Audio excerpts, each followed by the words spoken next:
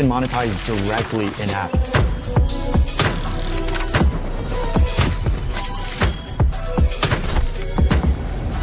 But it's honest work.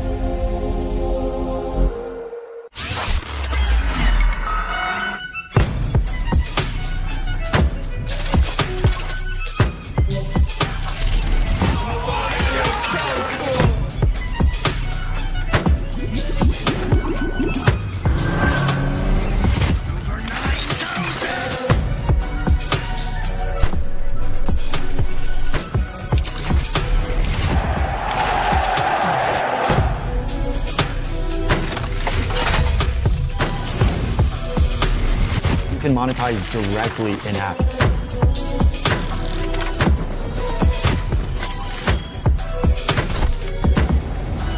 But it's honest work.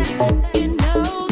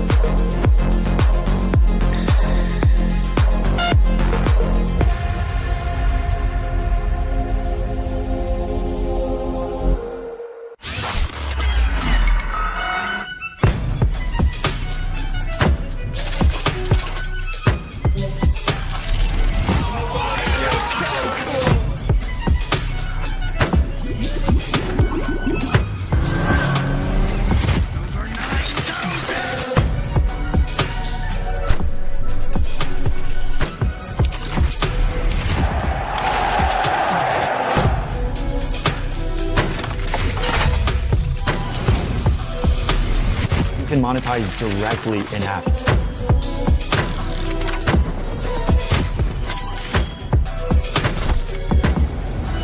But it's honest work.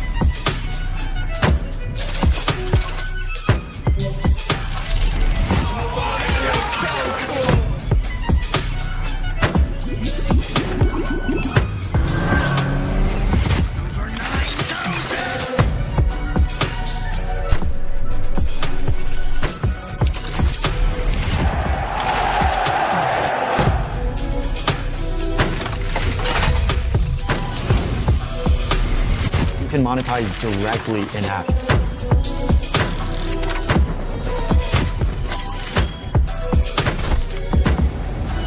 But it's honest work.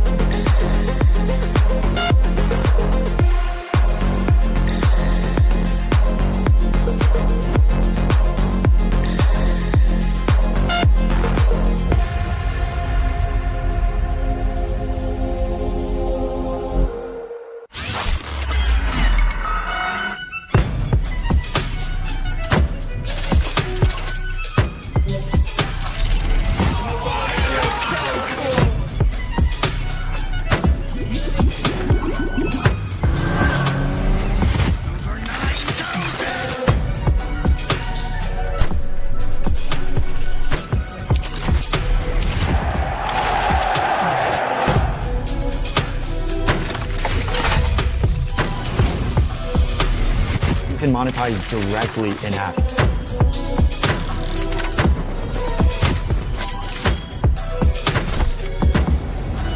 But it's honest work.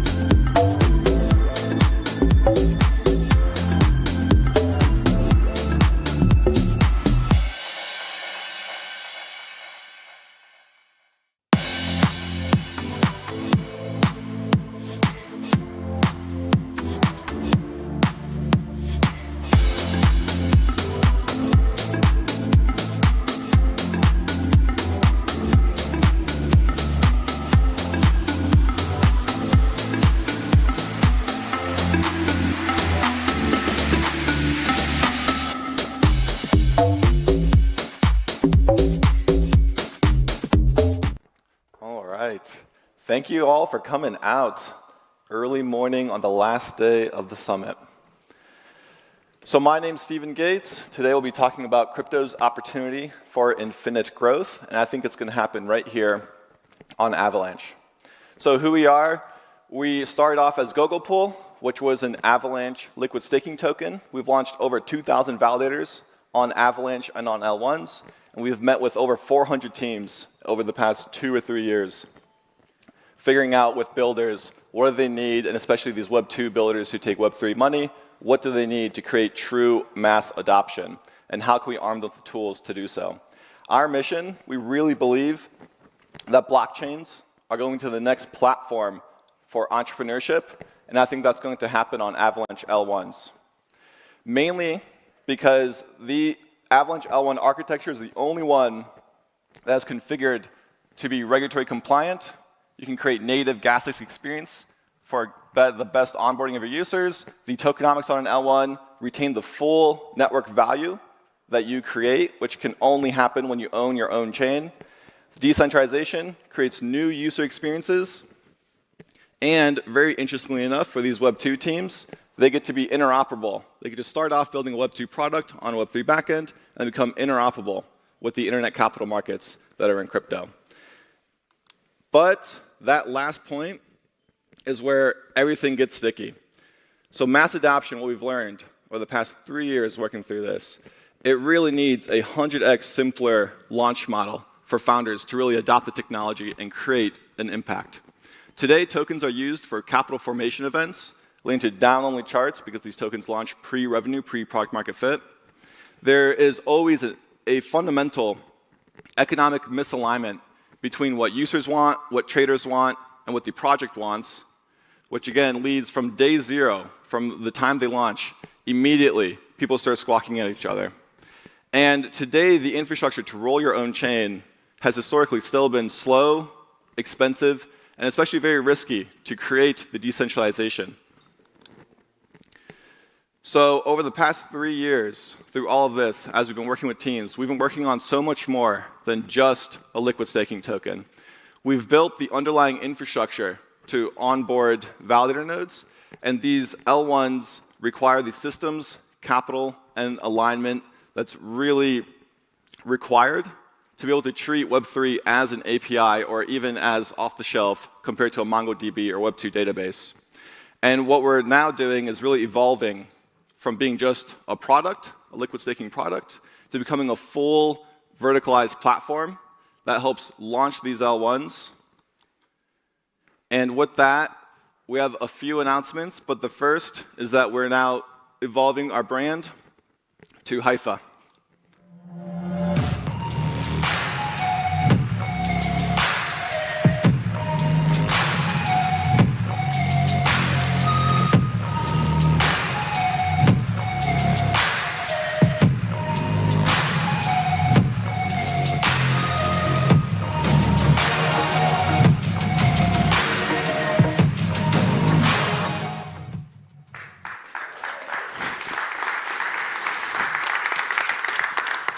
So beautiful.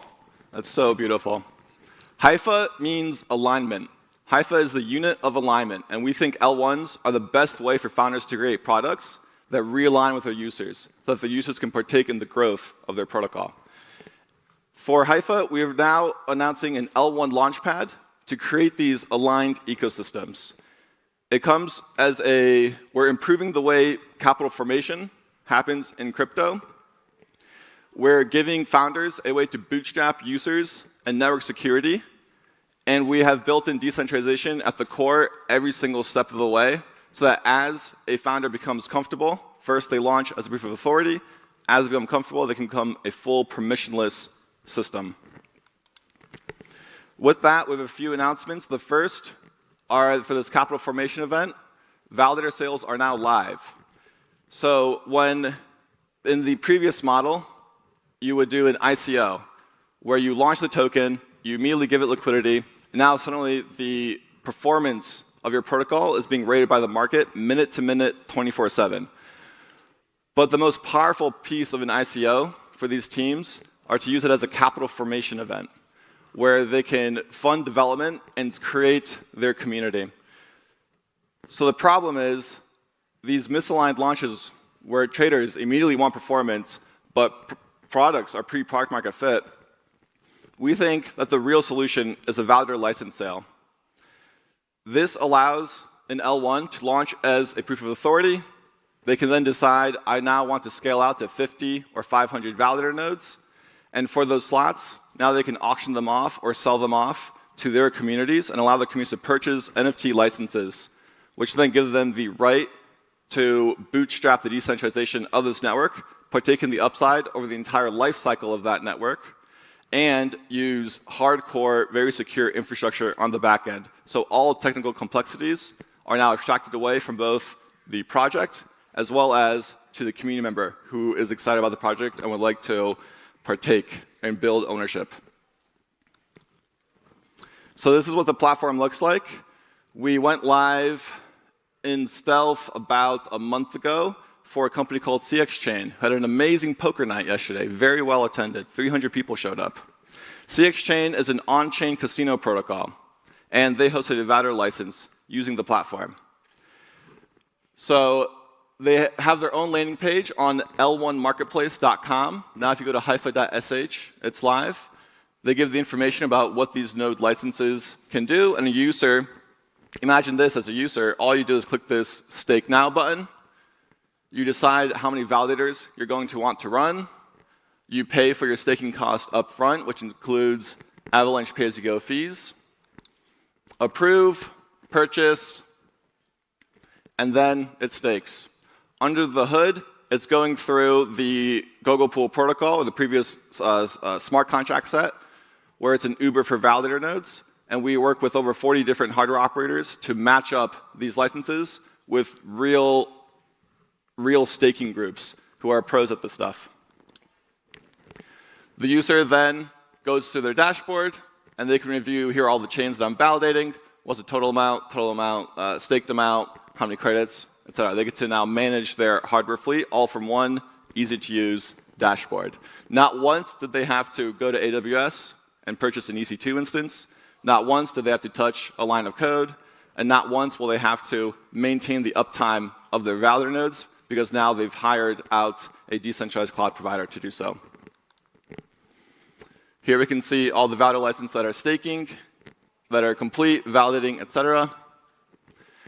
And proof is in the pudding. So around this capital formation event, Beam L1 was the very first one that we worked with in December. We started working with them actually early Q4. And their core problem was, we have a proof of authority blockchain. Now I want to become proof of stake, and I want to be aligned with my community. I want to bring them along for the ride, and they want to make it profitable for everybody involved. So it was a capital formation event. And they successfully completed a $73 million validator sale, despite already having a live token. Next up, we're announcing a bootstrapping program. So now that we have a infrastructure in the validator sale primitive for capital formation events, now our next step is to create a flywheel between the AVAX token and L1 adoption. And for this, we're announcing a points program. So the problem on the founder side is that it's unprofitable for them, especially when they're new, to increase their network security from AVAX token holders or from the AVAX community. And on the flip side of the market, these stakers have no way to receive exposure to the entire L1 ecosystem. You need to make singular bets on, hey, I like Beam, I'll run a hardware for Beam. Or, hey, I like Paradise Tycoon, I'll figure them out and run hardware for Paradise Tycoon. But now with GG AVAX, you can stake your AVAX tokens, and then these AVAX will now be used to secure the initial networks across the entire ecosystem that we have. And now for GG AVAX stakers, they'll be able to earn points, which then will convert into actual ownership into the entire L1 ecosystem that launches with these validator sales in our launchpad. So through this, we're aggregating a support base from the AVAX community via this limited points program, and we're doing a full rollout, full announcement coming soon. Again, this creates this flywheel where we stake GG AVAX, which creates enhanced economic security, and it aggregates a community base. This feeds over to securing these validator licenses, which then bootstraps the L1 in exchange for providing that security. GGP is being used for the meta incentives and the governance token of where incentives will go, how many points program, etc. So stakers are able to get early upside and compound their upside across the entire L1 ecosystem that launches inside of this launchpad. Again, proof is in the pudding. So Casino X, CX Chain, they also just completed a $250,000 validator sale. 100% of it came from AVAX token holders and GGP stakers. So as a capital formation event, their founder experience now is getting in touch with stakers and putting their offering out to stakers saying, hey, we're going to be incentivizing people to run hardware for our protocol. They used our launchpad, and they're able to form capital around it. And now they're rolling over, and they'll be working on creating product market fit, generating revenue, and then expanding the validator set as they go. And lastly, decentralization is at the core for everything, because decentralization really, really matters. People think it doesn't matter until it does. But I believe that where the world is going, having cheap and easy to use decentralization so far has been really the only blocker to teams not adopting and have larger validator sets and really treating their protocols like actual protocols. So the problem for these teams is that bootstrapping validators is very slow, expensive, and risky. On Cosmos, the teams that we've worked with, they've spent 9 months and about $1.4 million to create bespoke deals across a set of 10 to 15 hardware groups for a limited number of validator slots. But now, with the Haifa staking protocol, under the hood, we've aggregated a cohort of KYB'd hardware operators, are making the process become more and more permissionless so that these hardware operators in crypto can build genuine businesses and create sustainable compounding businesses over the years with us and the L1 ecosystem. Because for them, bids just show up. They say, hey, this EVM chain needs 6 months of hardware. They can click a button, integrate into our SDK, and then immediately get connected to the L1 and start earning real sustainable revenue denominated in cash. This sounds like in Web 2 terms, this is like, okay, obviously. In crypto, by far the biggest pain point we've heard is, well, I'm getting paid in a token, but what's the token worth? Do I hold? Do I sell? I have real electricity costs to pay. So these guys need steady, stable revenue so they can build and compound, and they always end up turning into the largest community members, the most vocal voices on crypto Twitter about the L1s that they support.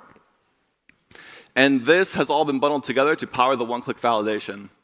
So for Cocknet, this was our large-scale infrastructure test of, okay, now what level of throughput can we actually handle? How do we coordinate with all these different hardware operators? And with Cocknet, we onboarded 1,300 validator nodes in 3 days. And the last day, we onboarded 1,200 in 3 hours. And that was all flowing through the system, reaching across 20 or 30 validator providers where they just saw bids coming in. Users were going through this validator sale mechanism that I showed earlier, clicked a button, created a bid, and then these hardware operators just saw on a dashboard, new order coming in, great. And then they're in the boiler room, setting up the hardware, maintaining the VM, maintaining uptimes. So one-click decentralization happened in the course of 3 hours. It's really, really quite incredible. So now the question is, we have these 3 things. We've done 3 individual case studies in the past, say, 6 months. The Haifa protocol is wrapping all of this together now in one easy-to-use platform for founders, hardware providers, and stakers. People can now stake GG-AVAX to secure these early networks, get upside to the entire ecosystem. This creates alignment with the AVAX community. Hardware operators now get to build sustainable businesses inside of crypto, something that can only happen on Avalanche, and it is now only happening on Avalanche. And founders get a more streamlined launch model with something that actually makes sense, where you're not just launching a token into the void. So now what does this mean for Avalanche and for all of us? This means that L1 season is starting. We are now going to be rolling out every single L1 that we've worked with. And we'll be doing this capital formation event with built-in alignment mechanisms through the liquid staking token, and all while working to create cheaper and more practical decentralization for these teams. So we think that the future is going to be very aligned, and it'll be built here on Avalanche. The flywheel that we're going to be starting to spin is we're starting off with great projects who want to launch their L1s and bootstrap the validator sets and start finding product market fit. This then grows our community because all of the best founders have their own communities. They also have their own distribution. So they'll be adding their communities over into what is already existing today on Avalanche, which means more AVAX will be staked to service the demand for network security from these new L1s that are bootstrapping. By staking GG-AVAX, the AVAX community now has a way to earn ownership, to build ownership into the L1 ecosystem, according to the original Avalanche vision. By providing a service to these L1s, you'll now be earning tokens, which will represent real ownership in the entire L1 ecosystem.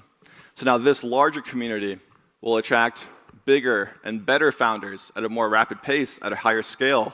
And as we keep chopping off and becoming more and more permissionless as Haifa, more and more protocolized, these communities will begin to start cross-pollinating, The next phase, for the next summit, I'm sure what we'll be talking about is interoperability and how we're starting to connect all these different L1s together and connecting all the different communities together so that they can start cross-pollinating their capital bases, which then will result in more Bootstrap validator sales.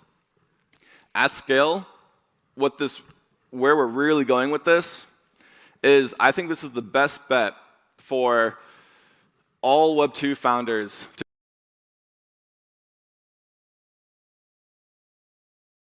to became a dirty word in Silicon Valley. But I come from that world. And these entrepreneurs, they need blockchain. It gives them such powerful advantages to innovate. With this flywheel, we'll be scaling it, spinning the flywheel.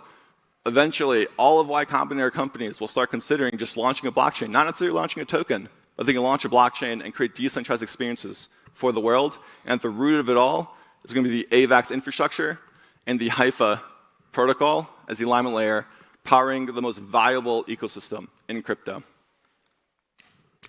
So with that, thank you so much.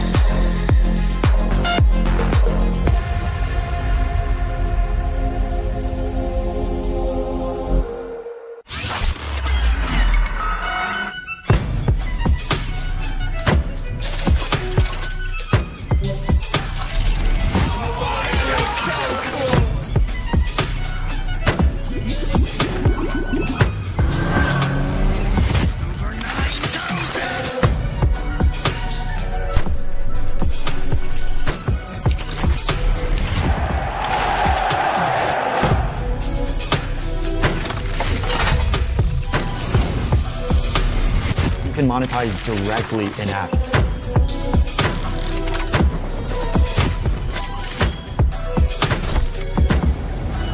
But it's honest work.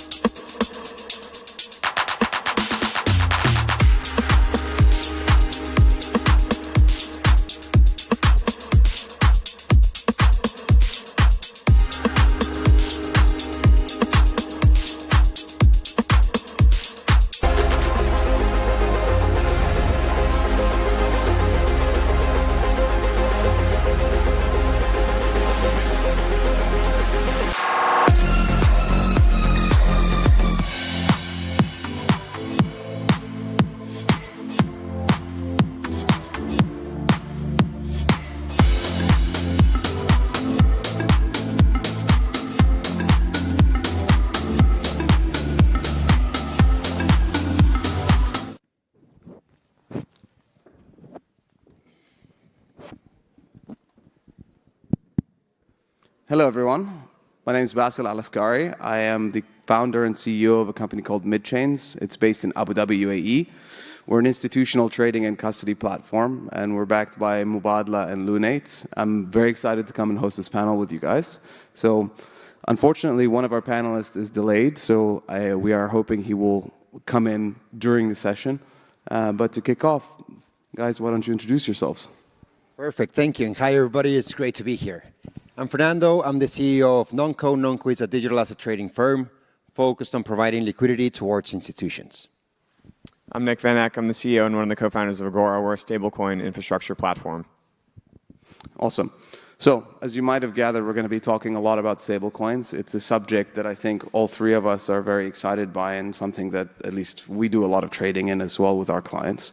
So, crypto markets have evolved rapidly in the last year. Institutional adoption, regulatory shifts, tech innovation, and a lot of new opportunities. From your vantage point, what are the most promising areas for investment in the sector today, and what are the macro trends investors should be watching most closely? So I think maybe to take a step back, right? It's like, why are blockchains valuable? It's because you can move value 24/7, settle instantly, and have composable liquidity. So that is applicable to all financial markets and payment ecosystems. Where we are today, with sort of $200 billion in stables outstanding, what's got us here is mostly speculative crypto trading, right? So trading against BTC or other governance tokens on centralized exchanges, decentralized exchanges. And there's actually an interesting BCG report that came out a few days ago, and they said about 88% of transaction volume with stables is attributed to that. right? But there's a number of other categories that are much larger and non-speculative and really, I would say consistent flows. And so what we look to in the future of stablecoins is not just continued growth with centralized exchange trading of speculative tokens, but a lot of these non-speculative use cases, which is trade finance, FX on chain, which is what we're going to primarily be talking about, cross-border payments, EM dollar demand, and really like just being core financial infrastructure for most of the world that doesn't have capital market or payment infrastructure today. And so those are the areas that I think are really interesting because they're very small from a dollar percentage of what's happening in sort of a stablecoin world. But if you look to the traditional markets, cross-border payment flows are tens of trillions of dollars a year, and we think stablecoins and FX will help bring a lot of that activity on chain. Absolutely. So I'm just going to add a little bit there. I think that right now we're seeing stablecoin, as Nick said, for several use cases. If we simple it down, you use it for three main things. One is settling or funding exchanges for the speculative, let's say, use case. Second, it will be the payments. On the payment side, it's going to be remittance, cross-border payment, or trade finance. That has been growing year on year more than 100%. 7 years ago, I think 5% of all of the transactions in the blockchains happened with stablecoins. Right now, it's more than 50. Just to give you guys some nips here, in Brazil, 30% of the imports from China are paid through stablecoins. In Mexico, 8% of the remittance from US to Mexico happens on stablecoins. So that trend just keeps on going. And then the third use case is going to be yield-bearing stablecoin, which obviously Nick here is an expert on. So those three, we see that it's going to continue growing. I totally agree, guys, and it's an observation I've made over the last couple of years as well in the UAE, where we've seen non-financial corporates actually really adopt stables for cross-border payments in large transaction sizes to settle payments, other transactions that may have nothing to do with sort of investments in finance, but rather just supplying goods and services. So since all of us here are quite invested in the stablecoin infrastructure for emerging markets, at least to a certain extent, and helping enable this, when you guys are essentially, what are the biggest barriers to stablecoin adoption that you might see in the emerging markets in particular, and how do you think platforms will have to overcome them? And then the second part of this question is, for the investors essentially looking at this space, where do you think there is value in stablecoin ecosystems over the next 1 to 2 years for them to tap into? I'll answer the first one and let Nick answer the second one. So on the first one, what we see on emerging markets, it's the lack of liquidity, right? So if we go back 5 years ago when Facebook was trying to enter the market, the first thing that they did is they started partnering up with local exchanges, right? Fantastic, that went nowhere. Over the course of the last 5 years, what we've seen is there's a lot of new movement on stablecoins, new stablecoins, but also a lot of fintechs and Web3 that have started to utilize this for cross-border payment. What never really changed in those 5 years is the core infrastructure of the liquidity around the local currency towards in and out of stablecoins. That is something that right now we're trying to tackle so these businesses can continue growing. For example, Bridge, right, or Conduit, any of these firms, they cannot satisfy the demand that they have with the current liquidity that the local exchanges have. And why is this? It's because of compliance reasons, right? No reputable market maker will be providing their liquidity in these retail-oriented exchanges. So that is a gap, and we believe that that's going to be solved very, very soon. And maybe to just touch on some of the other things, it's tooling, right, in comfort with the technology.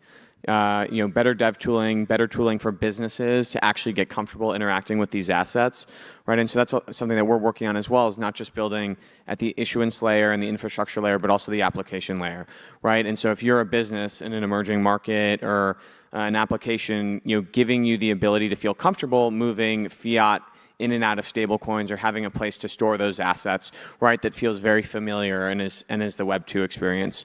And could you repeat the second question that you had? Sure. So as far as untapped value for investors in the stablecoin ecosystem over the next 1 to 2 years, where would you see that value is? I would say what you're going to see over time is the verticalization of the issuer and the acquirer. So one of the reasons that we started out as an issuer is we think it's the most strategic part of the stack because you can kind of control the costs of everything downstream of you. And by being the central bank, so to speak, you will be the most capital efficient player in that market, whether it involves lending or trading of assets against your asset because you can print it instantly. You don't have to sit on inventory. And so, I think obviously being an issuer is one of the most interesting areas to be. Me? Okay. First, I want to say a big sorry to everyone. Getting here is a beautiful place, but finding this place is like finding Dory. I almost went to take a master's in Oxford because I was like, wait a minute, this is Oxford? Wrong place. So apologies for that. My apologies. Quickly, my name is Jason. I'm from StraitsX, which is a licensed stablecoin issuer by the Central Bank of Singapore. I think the question was about how we can promote, where do we see the market in the next 2-3 years. Rather than answer that in a numerical way, I like to maybe answer it in a way where on the macro level, today we see a report by the State of Stablecoins market which states that the amount of stablecoin transactions in the year of 2024, February till February this year, has reached more than $32 trillion. By way of comparison, the amount of transactions that have gone through Visa for the same time period is about 15.3 trillion. That's about half. Right? And the number has actually dwindled by another 1.1 trillion over the past year. So where does it kind of tell you how the transformation has become in today's climate? The other thing I want to share is that here in Singapore, does anyone know where Singapore is? Wow. You guys are an educated crowd. When I was in my previous one, I asked how do people know where Singapore is?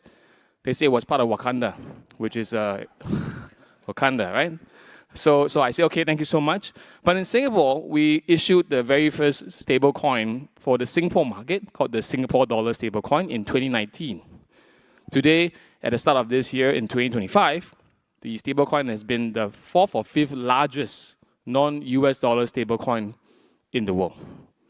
So for a country that is supposedly in Wakanda, to issue a stable coin that is the 4th or 5th in the world, that tells you a little something, right? But I'll share a bit more about how we do and how we promote the use of the stablecoin in the Singapore and the regional ecosystem.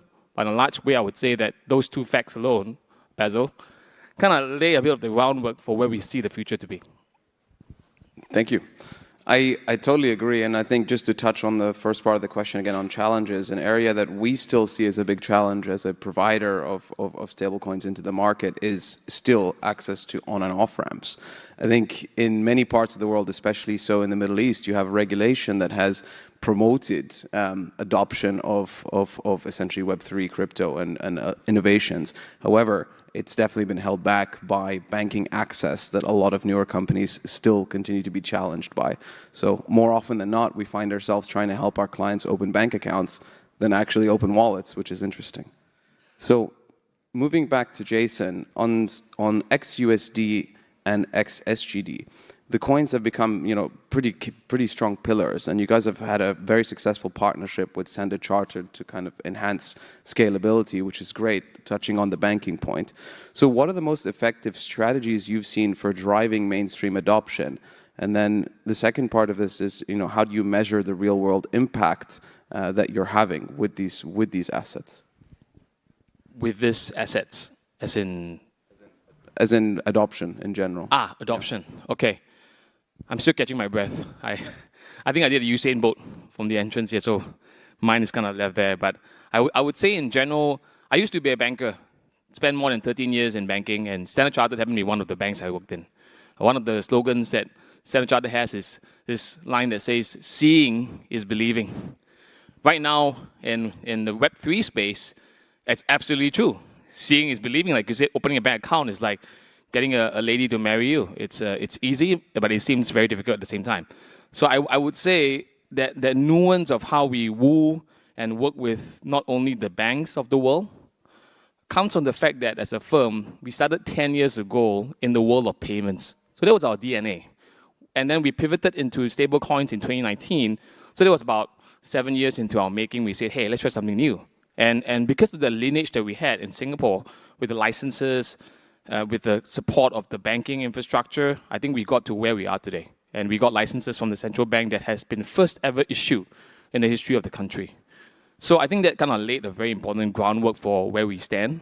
And also we see that because we are not a bank, but also not a full, I would say, degen kind of player, we get the best of both worlds. So we get the banks who want to get a bit of foot in the market, and we also get the likes of the Web2 companies like Alibaba and Financial.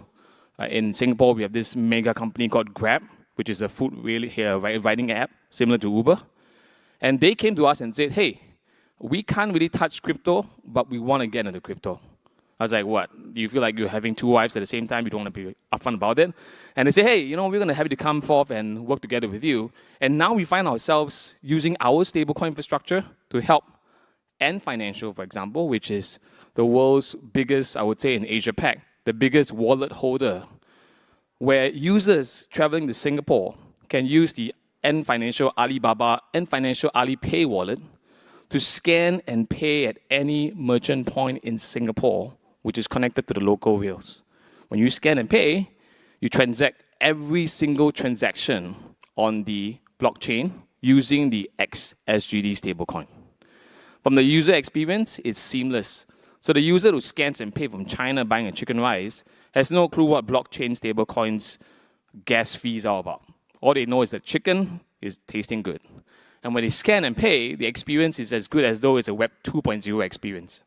So we're able to actually blend in Web 3.0 infrastructure into the real world usage for people to buy chicken rice, tourists that come to Singapore. We have 550,000 tourists that come to Singapore every month from China. So that's going to be a great story to tell. And that's also one of the reasons why the XSGD stablecoin has also kind of grown in terms of usage. Thanks, Basil. Thank you for that, guys. So when we shift gears to talk a little bit about institutional investment, and often institutional investors will say regulatory clarity and trust with their service providers are one of the main reasons they would either consider entering the market or not. How are your organizations navigating, one, building trust with institutions, and two, managing across borders where you have quite drastically different regulatory requirements depending on where you're operating? And I guess this one is out to all of you guys, since we all operate in very different parts of the world. Yeah, so for example, on the US dollar side, there's Circle, massive, there's Tether, that's massive. Outside of that, what we take a look at, it's counterparty risk, right? Who are you backed with? Who it's auditing you? And what are the controls in place that you have? That is why we feel very comfortable with AUSD, right? Because we understand the financial institutions in the background, right? So that's really, really good. With regards to the local regulatory frameworks, as you said, it is very tough to navigate. But I believe that we are now getting to a point that you're starting to understand in which markets you can operate and what are your obligations. For example, we are regulated in several countries. One of those is Mexico. Mexico, you gotta do vulnerable activities reporting, right? In Brazil, you also have to do that same reporting. In BVI, there's the VASP, right? So we are now at a point that it allows industry participants to start operating in a little bit more of a structured way. Yeah, I'd say you have to start with strong foundations, and that's your underlying custodian bank, right? So we use State Street, one of the largest custodian banks in the world. We have a $100 billion asset manager managing our reserves, and that's in a trust, right? So to Fernando's point on counterparty risk, we are very, very, very low, right? And so that's sort of step one of making people feel comfortable.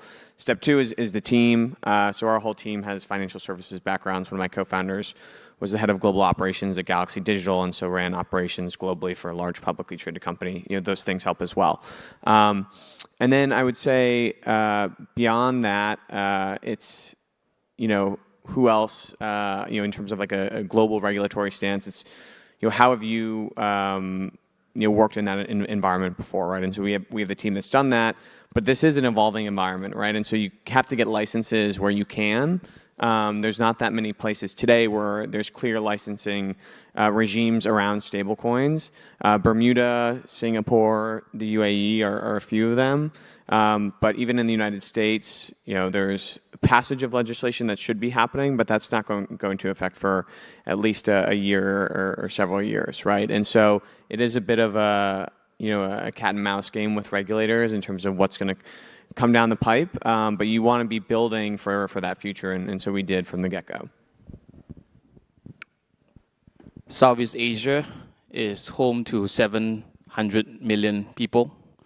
And I think that by itself, in terms of the sheer number and also the fact that Southeast Asia, if you look at the number of currencies that we have in each part of Asia, it's very different from the EU, right? Or this part of the world, where there is often a common denominator. But in Southeast Asia alone itself, just because of the nuances of the central bank regulatory environment, only less than 15% of Southeast Asia's currencies are freely open to the world. The rest of it is controlled by the central bank. And using that as a barometer of stake, you would see that the regulation towards stable coins as a whole is also very fragmented. Just yesterday, we heard the Hong Kong government just passed the stablecoin bill, right? And it was a phenomenal thing that happened for Hong Kong. Singapore is going to be passing its own stablecoin regime in the next, I would say, few months to a year, since we just had our parliament reshuffle and also the elections. So that's going to come, right? We see countries like Thailand, like the Philippines, and also Japan, also rising up to that notion of having more regulation. But I want to take one step back, because it's very easy to say what we try to do on our own country. But like the gentlemen have mentioned, whenever the US makes a move, the whole world kind of responds. So I would say last year, in 2024, in the Singapore banking infrastructure, all the American banks were kind of like, we don't want to touch crypto as much as we think we should, because our president isn't very hot on crypto. But the moment President Trump came in and saying things like, I love Bitcoin. Bitcoin is the really great thing, folks. It's a really great thing. You're a great person. Thank you so much. We're going to make Bitcoin great again. Thank you so much. Just things like this really kind of like spiral things off hand. Next thing you know, the top banks in Singapore are like, come on, let's have a chat. Let's have a chat, right? And I think in the next 4 years at least, if you're in the Web3 space, in the stablecoin business, you got to ride the wave. You got to go where, the US is kind of leading towards. And it's very important to make sure that you follow those trends at least for the next 3+ years, right? I'm not too sure what's going to happen beyond that, but at least in Singapore, the government, the stablecoin folks like us, we are watching that space extremely closely. You could work 10 years in the stablecoin regulation in Singapore, but all you need is just one sentence from someone up there, and then boom, right? So quick download. I couldn't echo that statement more. I think from our experience, at least just to see institutions begin to adopt, we've seen the sovereign funds like Mubadala, Lunate, ADQ invest in equity in different businesses. But this is the first year we've actually seen them begin to spot trade. And for example, Mubadala bought its first real Bitcoin just a few months ago.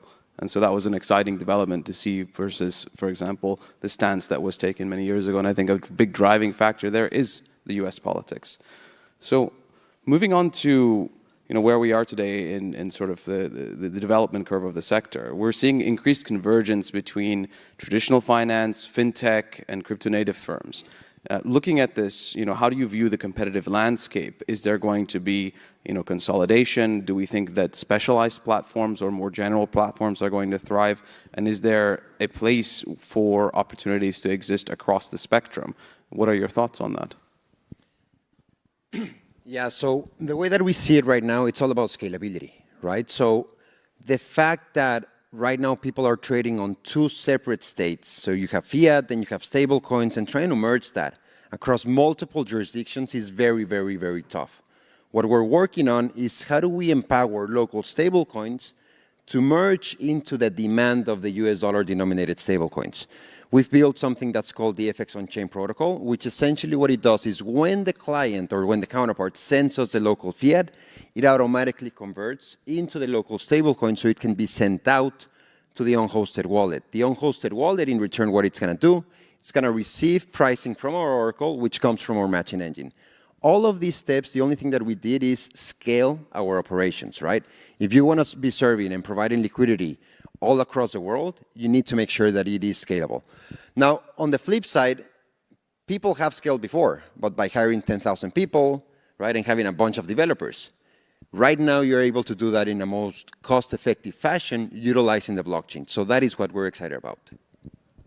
Yeah, I would say, where did this go? I think there's probably 5 to 10 global US dollar issuers, like a USDC, USDT. That's what we're aspiring to be as well. And then I think you have, where you have global liquidity, global utility, it's accepted in most places. You probably have a very, very long tail of other dollar-denominated stablecoins, many of which we're actually powering.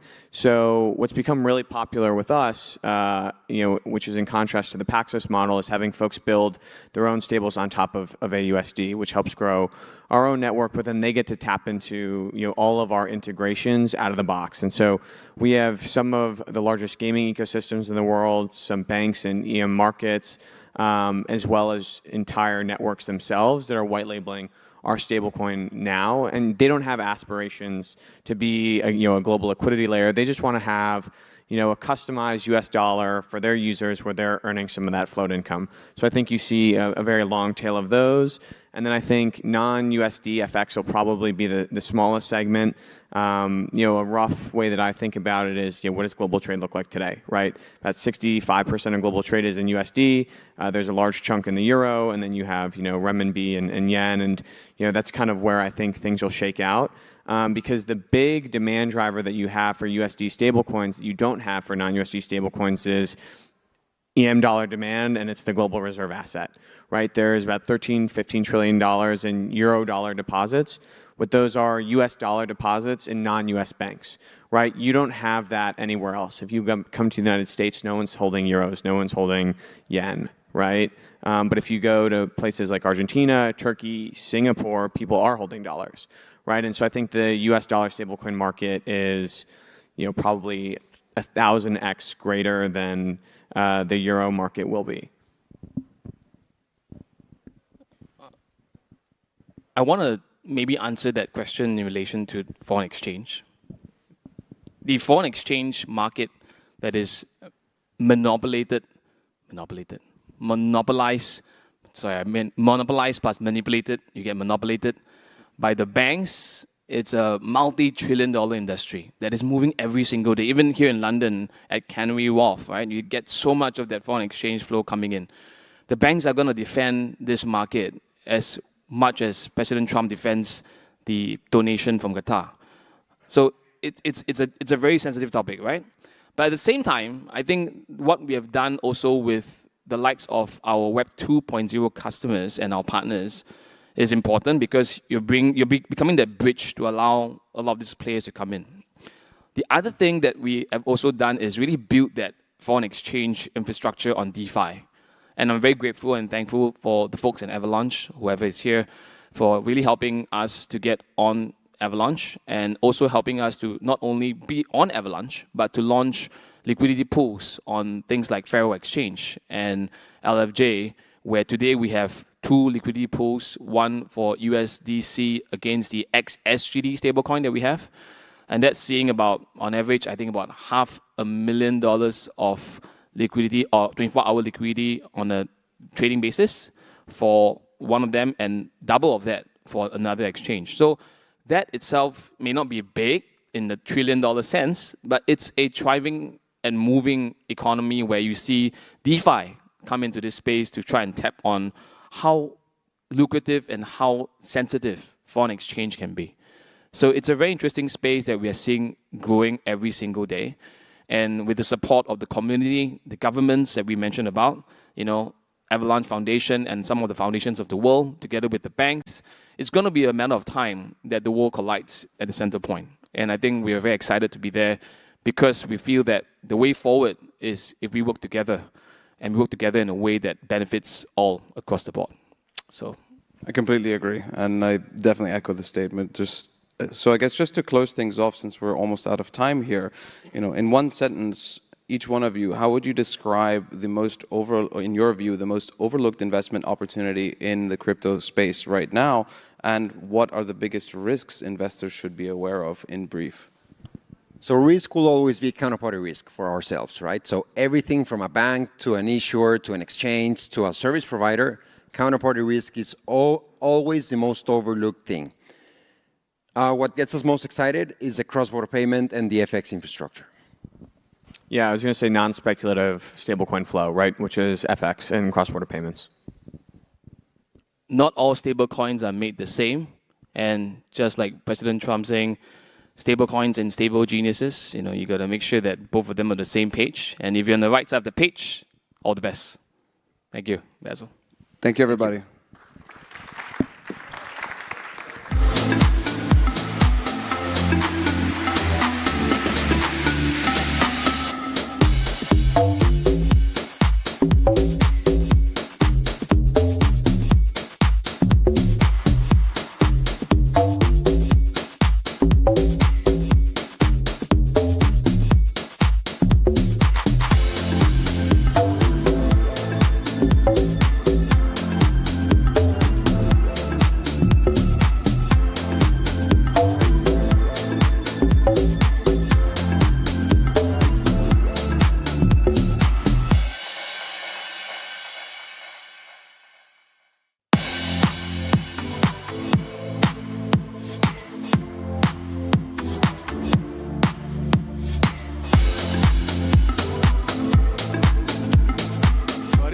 My name is Anthony Apollo. The clock is counting down, so we'll get right to it.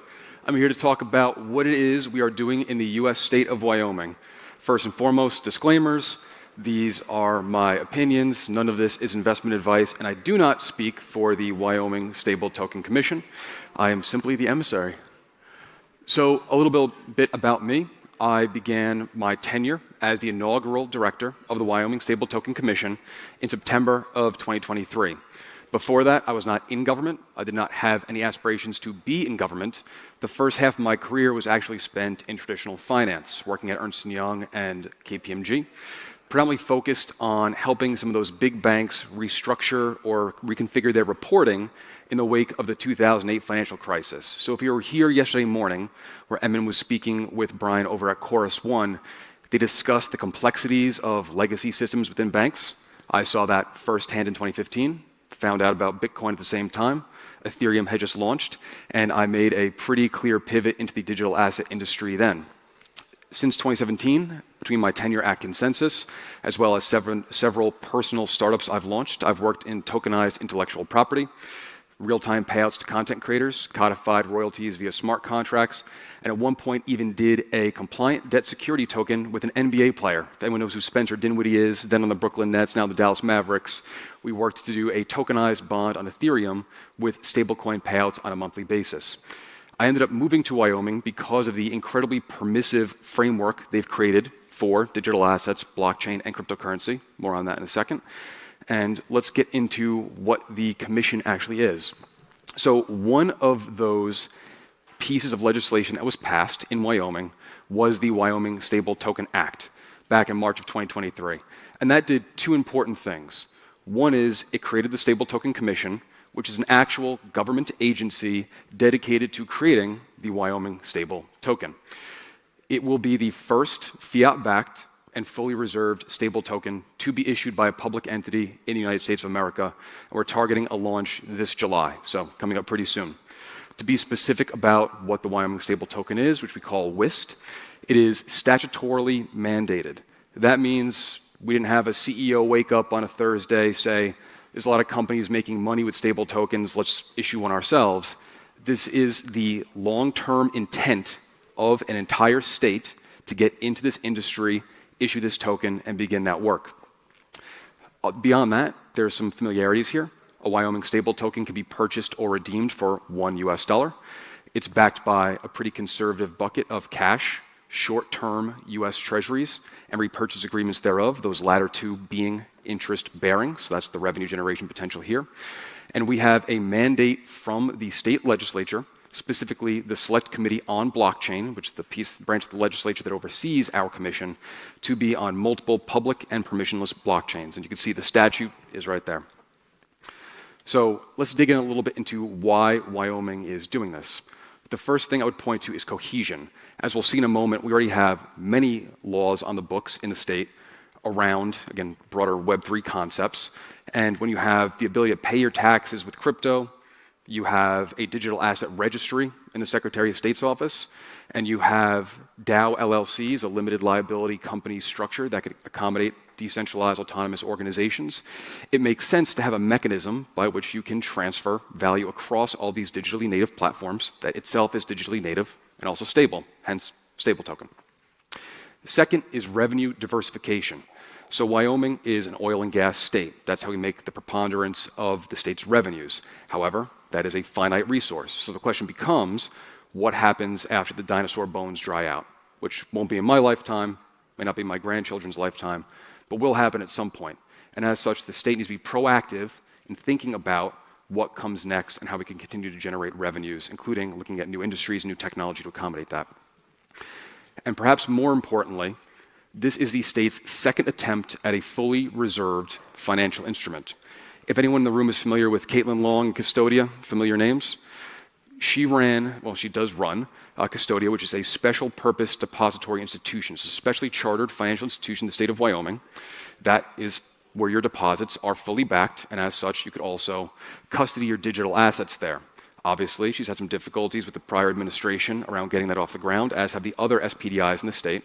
And this is critically, with the Wyoming stable token, a second attempt at creating a fully reserved financial mechanism. We believe that you should know where your money is, and if a stable token is fully reserved, it's right there. We won't go through all of this, but just to give you an idea of what Wyoming is working on, there's over 45 pieces of legislation that have been enacted in the state so far since this endeavor began in 2016. I wanted to kind of show this visually to indicate this has been a long-term, iterative process in the state. This is not a flash in the pan, kind of get-rich-quick thing because a lot of people are making monies on stablecoins. Bless you, Morgan. Beyond that, I want to be specific that we are not building a CBDC. We get that criticism sometimes. Sometimes it comes from the GOP majority whip, Tom Emmer. But we actually passed, in the most recent legislative session, a bill specifically defining what a CBDC is, as a federally issued stablecoin, and precluding any state agencies from using it. So I want to make that as a clear distinction between what we're building and a CBDC. We won't go through all this either. I think those in the room are fairly well versed in how stablecoins can be used from the big institutions to the end user, the retail user. But all of this to point out that this is not a stablecoin specifically to be used within the four corners of Wyoming. This is meant to be domestic within the US, it's meant to be international, and it's meant to be used in DeFi as well, provided we have an appropriate compliance layer on that. So, what do stablecoins accomplish generally, and why are states interested? First and foremost, they are the most modern financial rails. Stablecoins can facilitate global settlement. Those transactions can be assessed with a fee of less than a cent. They can settle in seconds rather than days, and they certainly mitigate counterparty risk. They've also emerged as the killer app for blockchain. You can see the rapid proliferation of the market supply, as well as the fact that annual stablecoin transaction volumes have now surpassed that of both Visa and MasterCard in aggregate. There's also an important note here around US debt, and this is where we get into the state angle a bit more. In the United States, we have $36 trillion of debt. We need buyers of that debt. Unfortunately, most of our foreign holders of that debt have been decreasing their share. It's downward sale pressure. We need something to fortify and rebuild that market supply. Stablecoins have emerged as a top 10 holder of US debt in aggregate. And that could help mitigate against the risk of a failed treasury auction. And for any of the nerds that look at this kind of activity, John, if you were monitoring the bond markets last night, we had a pretty bad one. We have 20-year treasuries now with a 5% interest rate associated with it. Avery, you're late. Because of this kind of issue. Another piece is US dollar hegemony. The US obviously wants the dollar to remain the world's reserve currency. That becomes difficult when you have powerful coalitions like the BRICS countries coming together and talking about their own version of a digital currency.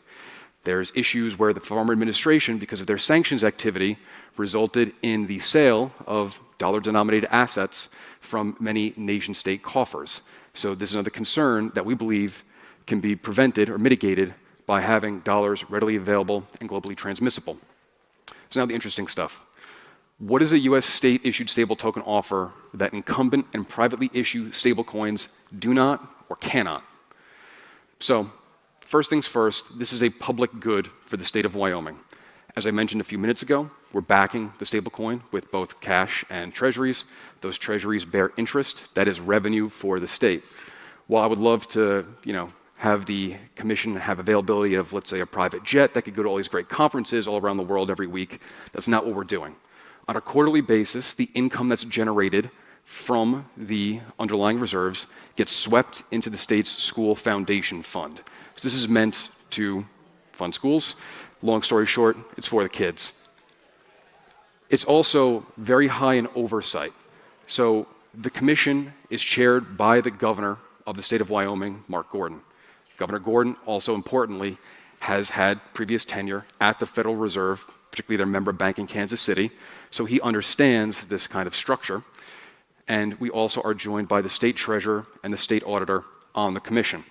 The meetings are held in public, all of our documents are public, the votes are public, and if you wanted to provide a public comment at the end of our monthly meetings, you are able to do that. We've also gone through an entire vendor procurement process in public. We did a blockchain selection exercise in public, and just to really drive that point home, all of that documentation is available on our website. So if you go to stabletoken.wyo.gov and you want to look at the assessment we did for different blockchains, the objective criteria we used, and the results thereof, all of that is there. Stability. We are talking about a stable token, right? And while everyone is trying to maintain some semblance of stability, we actually have a legislative mandate to be over-collateralized up to 2%. So if there's 100 Wyoming stable tokens in circulation, the expectation is we'll have $102 worth of cash and treasuries in reserve. Again, that is part of the law of the state of Wyoming. That is not a nice to have, that is not a board decision, that is the law. Distribution. So Wyoming is issuing the Wyoming stable token as a sovereign entity. So we're not doing this through a bank, we're not doing it through a trust, it is the state itself.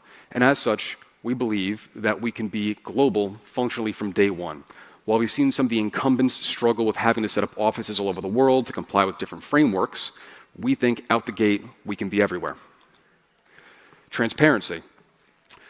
So I want to talk here for a moment about rulemaking. When we operate the Wyoming stable token, again, we can't make the rules up on the fly.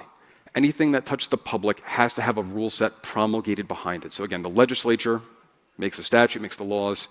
Our agency has ability to do its own rulemaking. Predominantly, those will be two critical ones for this type of conversation. One is reserves management, how the dollars go in and out and how they move. And the second is token treatment. That's going to cover off on minting and issuance, burning and redemption. Any other features along the way have to be part of a public process. There's a 45-day public comment period every time we want to put rules into play. And just to give you an idea of how open this all is, if you wanted to provide commentary on our reserves management rules, those are live on our website. You can go to our Notion page, take a look, review. If you have comment, please do provide. Privacy.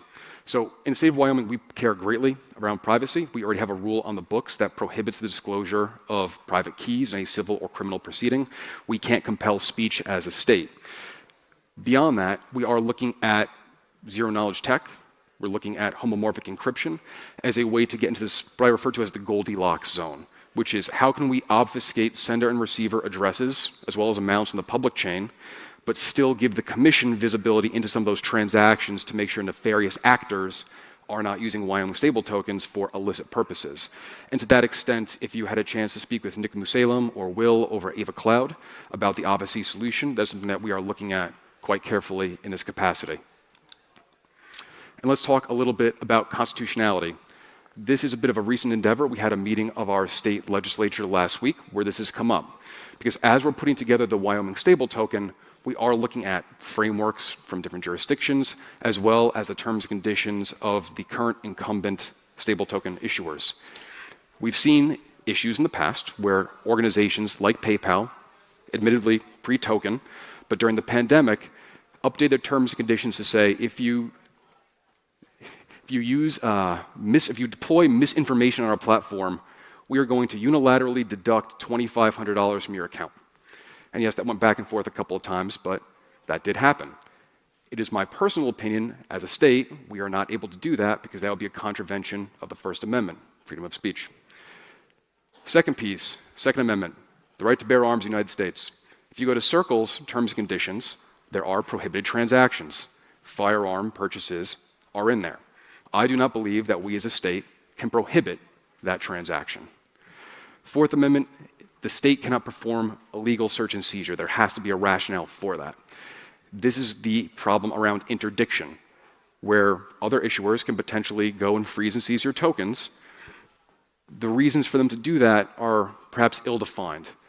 To be clear, we do intend to have freeze and seize capabilities for the Wyoming stable token. Again, we have to make sure malicious actors are not using WIST. That being said, I believe we would not be able to do that without a valid court order, warrant, or subpoena. We are not an enforcement agency. We can't do that because I woke up on the wrong side of the bed and felt like freezing some money in an address one day. And then finally, the 10th Amendment in the US leaves determinations to the states if the federal government apparatus has not defined things yet. And I'm not a lawyer, if there's any constitutional lawyers in here, just please find me after this. But this is where we talk about the Genius Act and the Stable Act. First of all, they're not actually promulgated yet, but this is where we would have a carve out to move forward ourselves. We will be a first mover in that capacity. So where are we now? First, we are wrapping up our procurement process, which has been months long. We did 7 different RFPs that cover the full life cycle of the Wyoming stable token, from the actual token issuance to the reserves, internal controls, audit, etc. That is hopefully wrapping up in the next couple of days. Secondly, alpha testing. If you're a resident of Wyoming, you have a digital wallet and want to start playing around with the test WIST we've already launched on 7 different test nets, including the Avalanche Fuji network, you can certainly do so, and we'll be getting user acceptance testing, end-to-end integration testing off the ground in the immediate future. And then finally, we are instantiating a pilot program with Wyoming domiciled entities. So for these companies with existing blockchain-based capabilities, we're looking to figure out how they can use WIST to cause more efficiency and sell their transactions faster, generate higher returns. One of the companies we're working with is Hashfire with John Belitsky. It's an online contracting platform similar to DocuSign, has all those features, but also can help make a liquid market for those receivables. And then in terms of future initiatives, a couple things that came out of our meeting with the legislature last week. First is we will be looking at our ability to distribute yield or interest to the end holders of Wyoming stable tokens. We've seen a lot of that activity go offshore. You have Agora and Mountain in the Bahamas. You've seen that activity be limited to accredited investors through things like the Buildle Fund through BlackRock. If anyone's got $5 million to invest in stablecoins, go for it, but it doesn't necessarily scale. But we as a state may have exemptions to securities rules under the SEC, and we are looking into that quite intently. Second is the Digital Asset Authority. While we are the Wyoming Stable Token Commission now as a government agency, there is interest in expanding the scope of our responsibilities. That may include, to the last point here, real-world assets. The state of Wyoming is rich in land and livestock, oil and gas, gold and silver, rare earths, and uranium. There is interest in moving a lot of those resources on-chain. I've got about 50 seconds left, so I can probably take one question, and then we will wrap things up. Anyone? Must have been very thorough this morning then, huh? Sir. Give me the microphone real quick. Do you think you would be followed rapidly by other states in the US? Great question. All of our tech will be open source. I would expect that it'll all be out there. So from a technical perspective, it's pretty much copy-paste. What I'd like to kind of confer here is this has been a long time coming in the state of Wyoming. You saw a few moments ago, this has been an iterative process for many years. I do believe other states could potentially do this in time. I think they would have to work very rapidly through legislative process to accomplish that. But I think we would rather partner with other states to do issuance through the Wyoming stable token, perhaps on their behalf, and figure out what that looks like as we move forward, because that'd be a way for them to rapidly onboard to a sovereign issued stable token in the immediate future. I'm out of time. Lavinia, back to you. Thank you so much.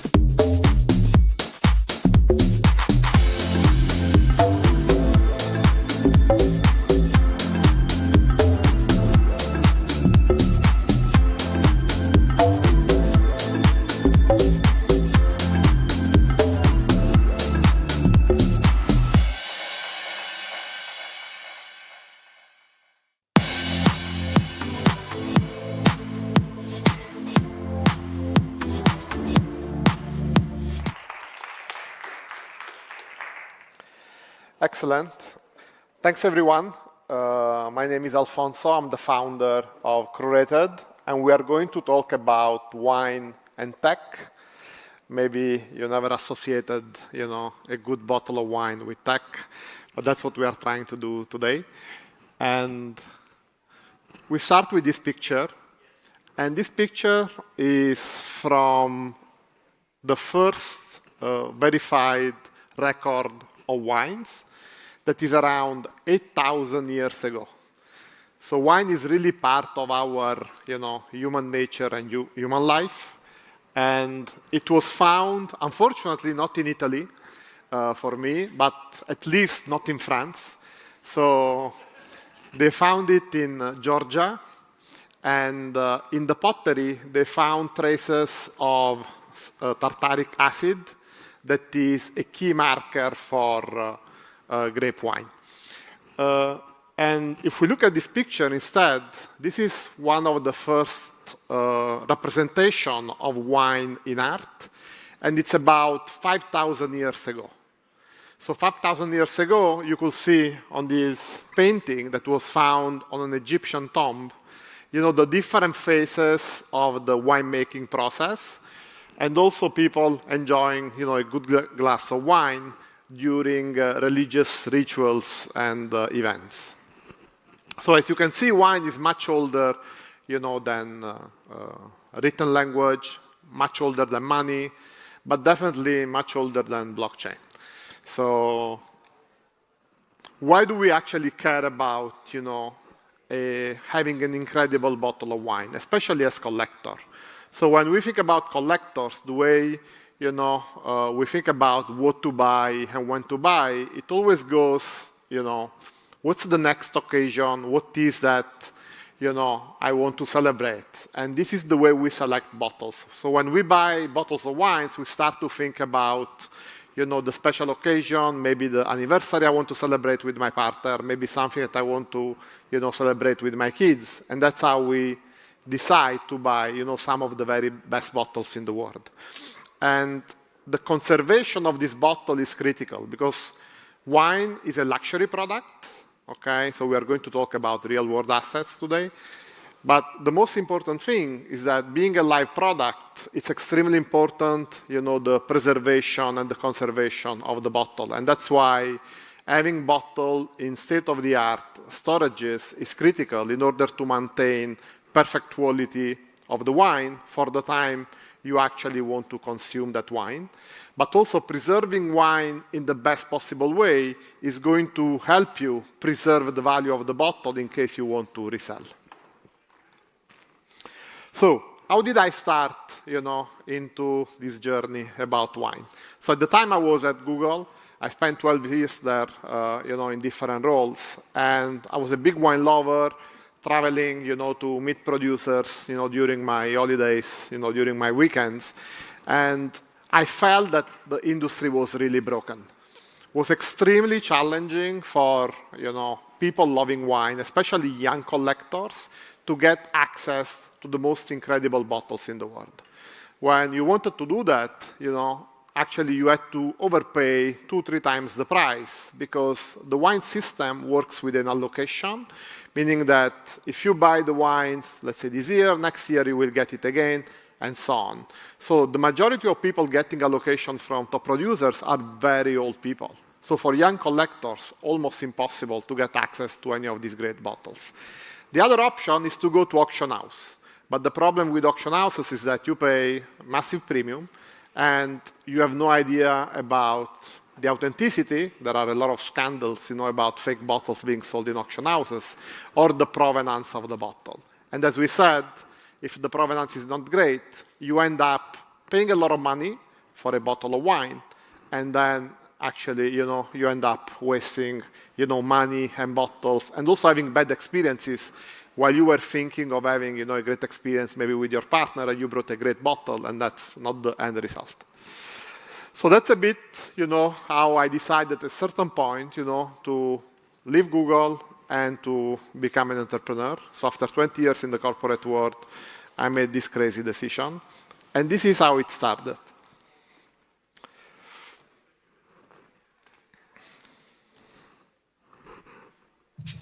I'm here in Burgundy. I arrived, and the plan is to launch this amazing startup. Yesterday we announced the lockdown, so it will be very difficult to go and see producers. So let's hope that actually will allow me to meet with them. And I'm here alone, to try to kickstart this in the cold, all alone, in the middle of nowhere in France. So this was the beginning, You decide to leave the corporate world, and then there is COVID, and they actually stop you from having meetings with anyone. But I'm sure there are a lot of founders here, and you know how challenging it is, to launch a new company. But I'm sure, if you are very determined and resilient, you can actually make it work. And that's what happened. Then we were able to launch Curated with the objective of connecting producers directly with top collectors and with top restaurants. And we used blockchain for the first time in order to authenticate, the bottle and to have full provenance and traceability about every movement of the bottle.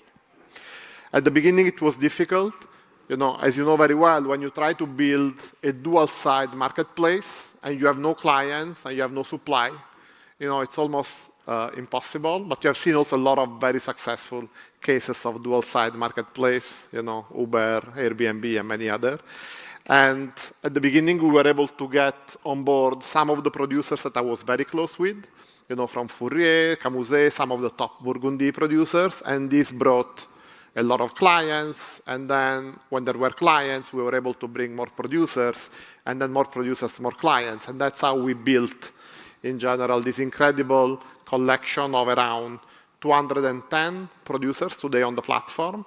And today, almost every day, we receive requests from other producers to join Curated for what we are doing. And we reject around 80 to 90% of the requests because we want to make sure that we only put on the platforms things that we will drink ourselves. Only the very best can actually come on Curated. So, as we said, 210 producers so far. We launched in June 21, so it's almost 4 years now. We have 10,000 plus members. They mainly came through, word of mouth. We didn't really spend a lot on marketing so far. We have now around 250,000 bottles in our storage. It's a state-of-the-art warehouse in Burgundy. And after 4 years, we were able to sell. The clicker doesn't go. Anyway, we were able to sell around 60 million in wines. So we were able to build quite a substantial business, both with some of the top collectors in the world. Today we ship to 26 markets. And we started pilots in Italy, Netherlands, and Hong Kong on the restaurant side. So this is our journey. You can see it here in this quick video.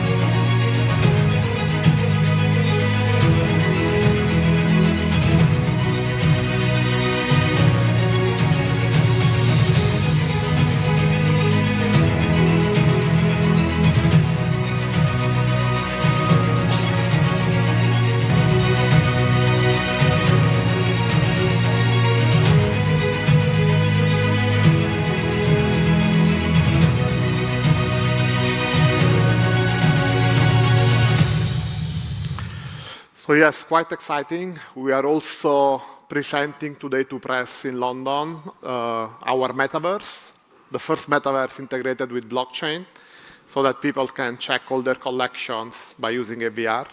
So we are also investing a lot in R&D, and definitely, there's a lot to do still in this space. And I'm actually very excited that from June, we are going to move to Avalanche. So I want to say massive thank you, to the team at Avalanche that has been supporting us. So we are going to move 60 million plus in tokenized wines on the platform. And, but, we are still not done, because so far what we have done, we have fixed the first part of the value chain, meaning from producer to client, and with bottles perfectly stored and with a digital certificate. What is missing now is the second part, of the value chain. Today, if a client wants to resell his collection, he needs to call an auction house. The period, in order for you to resell, the time to resell maybe takes 1 to 2 months, more or less. And after that, they need to certify your bottles, they need to verify, it's a very long process, they charge you 30%. So it's actually not ideal, for collectors to resell wines, in the current system. And so we are trying to build something that is going to fix all of that. From a collector standpoint, today there are tens of billions of these incredible wines that are stored in dark warehouses. But it's extremely important to make sure that the bottles are being stored in the best way, because out of the experience from so many collectors, we estimate that around 20% of the bottles are actually faulted because they are stored in the wrong conditions or they move too much. And when you move a bottle for 3 times, that happens very often with auction houses, from the producer to London, then to Hong Kong, and so on, the risk of having a faulted bottles goes up to 50%. That means you invest $1 million in a collection, most likely $500,000 worth of wines, is faulted. That is not ideal. The other problem is that with producers, they also have, the risk that when a bottle is not kept in perfect condition, then when someone is drinking, they maybe start to blame the producer for the bad bottle and not, let's say, the auction house. So it's very risky for them as well. And for restaurants, it's becoming more and more expensive, to build amazing wine list, because wines are more expensive. And there is a crazy problem in the distribution world, where when they sell you 10 good bottles, they actually force you to buy 100 bad bottles. And that's why you see the price of wines in restaurants be 5 to 10 times more expensive than what you see online on platforms like Vivino or Wine Searcher. So what can we do? And what are we doing? So in June, we are launching Crew Trade on Avalanche. And will be an opportunity for collectors not just to buy wines, but also to resell wines and make wines available for other collectors without the risk of bad provenance from wines. The other element that we are planning to solve is to bring value back to producers. So today, when something is sold in auction houses, producers don't get any value back despite doing all the work. So we are going to have some value that actually goes back directly to the producer.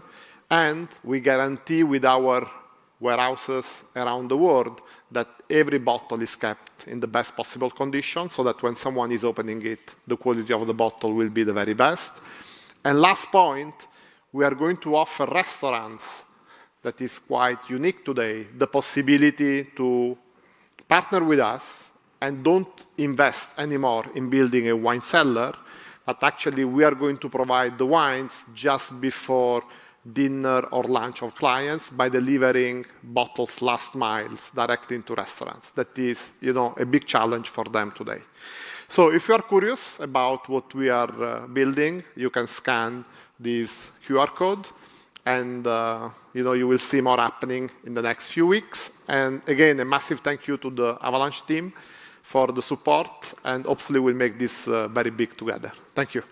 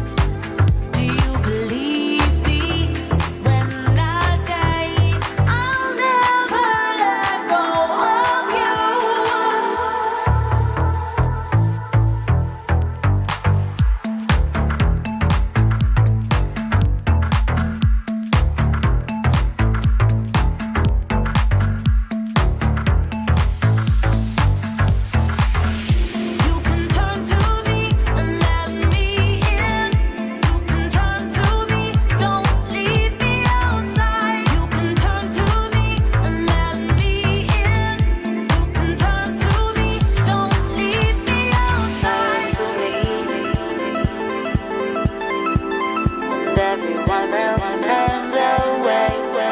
Turn to me when the sky is gray. I'll never let go.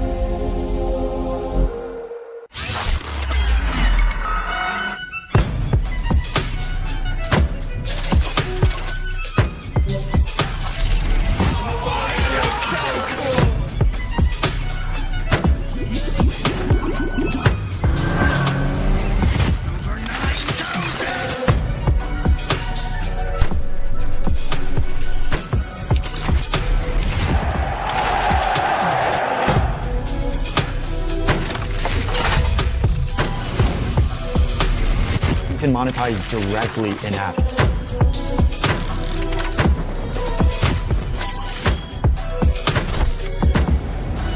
But it's honest work.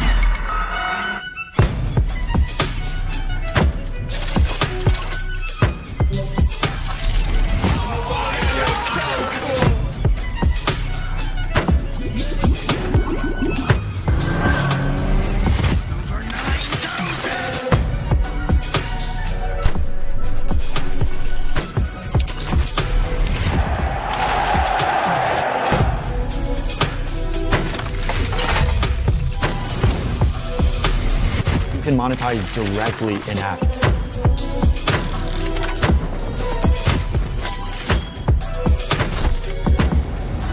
But it's honest work.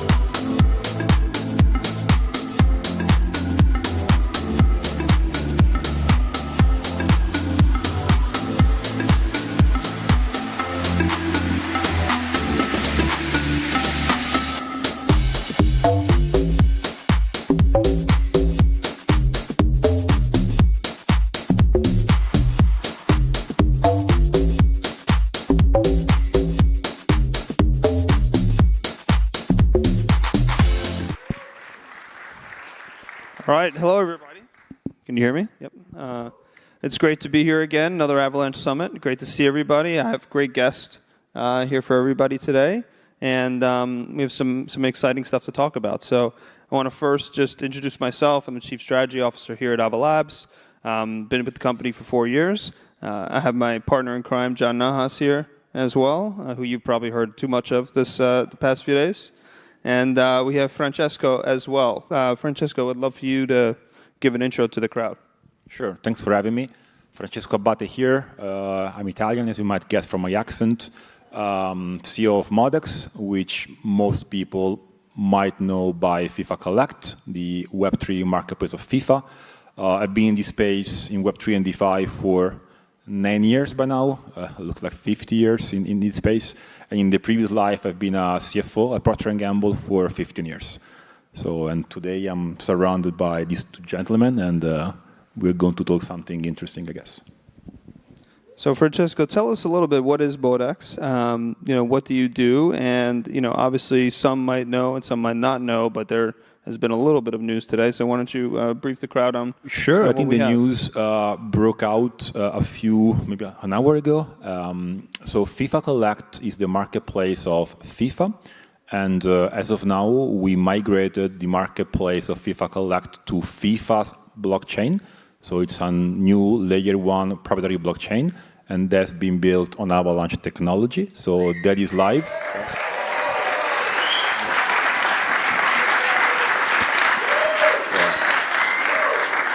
There have been many speculations on this in the last few weeks. We saw every possible gossip and rumor because we announced the migration to an EVM-compatible chain, I think 3 weeks ago. And today we can say that's built on Avalanche Layer 1. Everything has been migrated, and it's up and running. It works perfectly fine. We've been doing drops already and many more. So You can check for yourself, but that's it. Yeah. So FIFA's chain on Avalanche. Why don't you tell the crowd? I mean, this is, I don't remember how long. Maybe two plus years in the making. At least from when we started getting acquainted. But why don't you tell people about like sort of how you went about looking at different blockchains? Why Avalanche was the choice? Why a layer one? Why the own blockchain? This way, could people get a sense of sort of how you went about the due diligence process? Sure. Indeed, it's been in the making for a couple of years. We took over the management of the FIFA's marketplace, FIFA Collect, I think at the end of 23.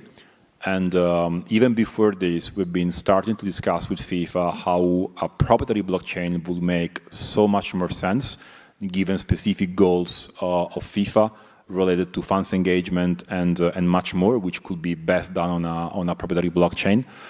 And the analysis took us many, many months. This has been approached in a very thorough way.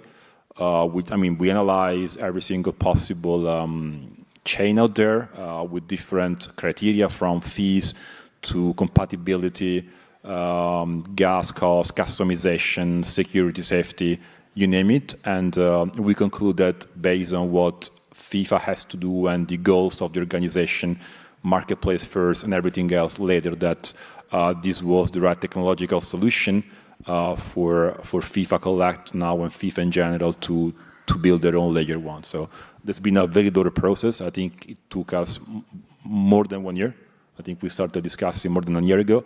And seeing this live today, FIFA blockchain, it's not something which we thought it was very easy when we started a couple of years ago.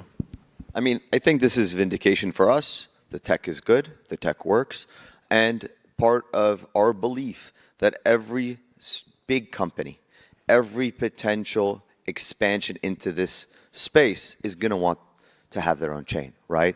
FIFA is not going to want to be beholden to any other situation. If they want to grow their business, they want to grow their engagement, they want to grow assets on chain, they're going to need their own environment. And if they don't need it, they're going to want it, right? So this is like further proof to us, and in working, of course, with Francesco, it's been a pleasure. People oftentimes have been speculating over the past few weeks, asking me, oh, we heard FIFA is going on their own chain. Do you know anything about it? They say it's an EVM chain, right? These aren't just the things you just throw up an announcement and then move on from, right? This takes 2 years of work, of diligence, of tech diligence, and of course, credit to Francesco and the Modex team, right? For Luigi and I were talking about this morning. It's a migration not just from one chain to another, but it's a migration from a different virtual machine to not an existing chain, but to their own new chain. So there's been time, there's been thought that's gone into this, a lot of work. So that started publicly 2 weeks ago, and really proud today to say that FIFA sovereign blockchain is an Avalanche L1. And part of the reason is also thanks to you guys and your team. It's been very hard, but again, you played a major role, two of you, the entire team, the AvaCloud team, Avalabs in general, to make it happen. I think the best compliment I got in the last few hours was someone told me, hey, when are you going to migrate? I don't see any difference. It's still the same. Like we migrated actually a few hours ago. So people didn't even realize that it's working so smoothly. People didn't think it was migrated, which I saw as a big compliment to the technology, because that's the most difficult thing to do. Make things look easy is the most complex thing to do. So Francesco, why don't you tell us a little bit more about, this is the first, I think probably the first step, in getting FIFA Collect on this chain. What is sort of the vision and maybe, how people should think about where this is going and, how we can get excited about it? Yeah. I can't say much. I ask you not to ask, and I'm joking. I still had to ask. No, jokes aside. Let's start from an anecdote. The first time I met FIFA, I think it was a couple of years ago, and the first thing they told me remained impressed in my head. They told me, FIFA manages the biggest event in the world, which is the World Cup, and they have no fans. FIFA has no fans. No one is a fan of FIFA. You are a fan of Brazil, Italy, whatever, but no one is a fan of FIFA. So this started as a way for FIFA to engage fans in a way which goes beyond the World Cup, which can be done ongoing, and then make people want to connect with FIFA. Okay, so that's been the most important point. Engagement of fans is is the goal, and blockchain technology is a mean to an end. That's how it started, okay? And that's why we started with FIFA Collect. That's a platform where you can buy the best moment in the sport history, the best goals, the best memories of your life. Many people always think about World Cups and remember who they were with, where they were. It's something which is very, very important for people. You know, and our community is not done by young people. They are 30 to 50 years old people who links World Cup to memories, okay? And therefore, in the sense, Web3 is a way to bring back memories and engage. That's how we started. We then started doing more things on FIFA Collect, and if you're a user, you might know that you can buy on FIFA Collect today already Club World Cup tickets. There's a competition that's going to be hosted for the first time in US in a few weeks, so you can see that on chain.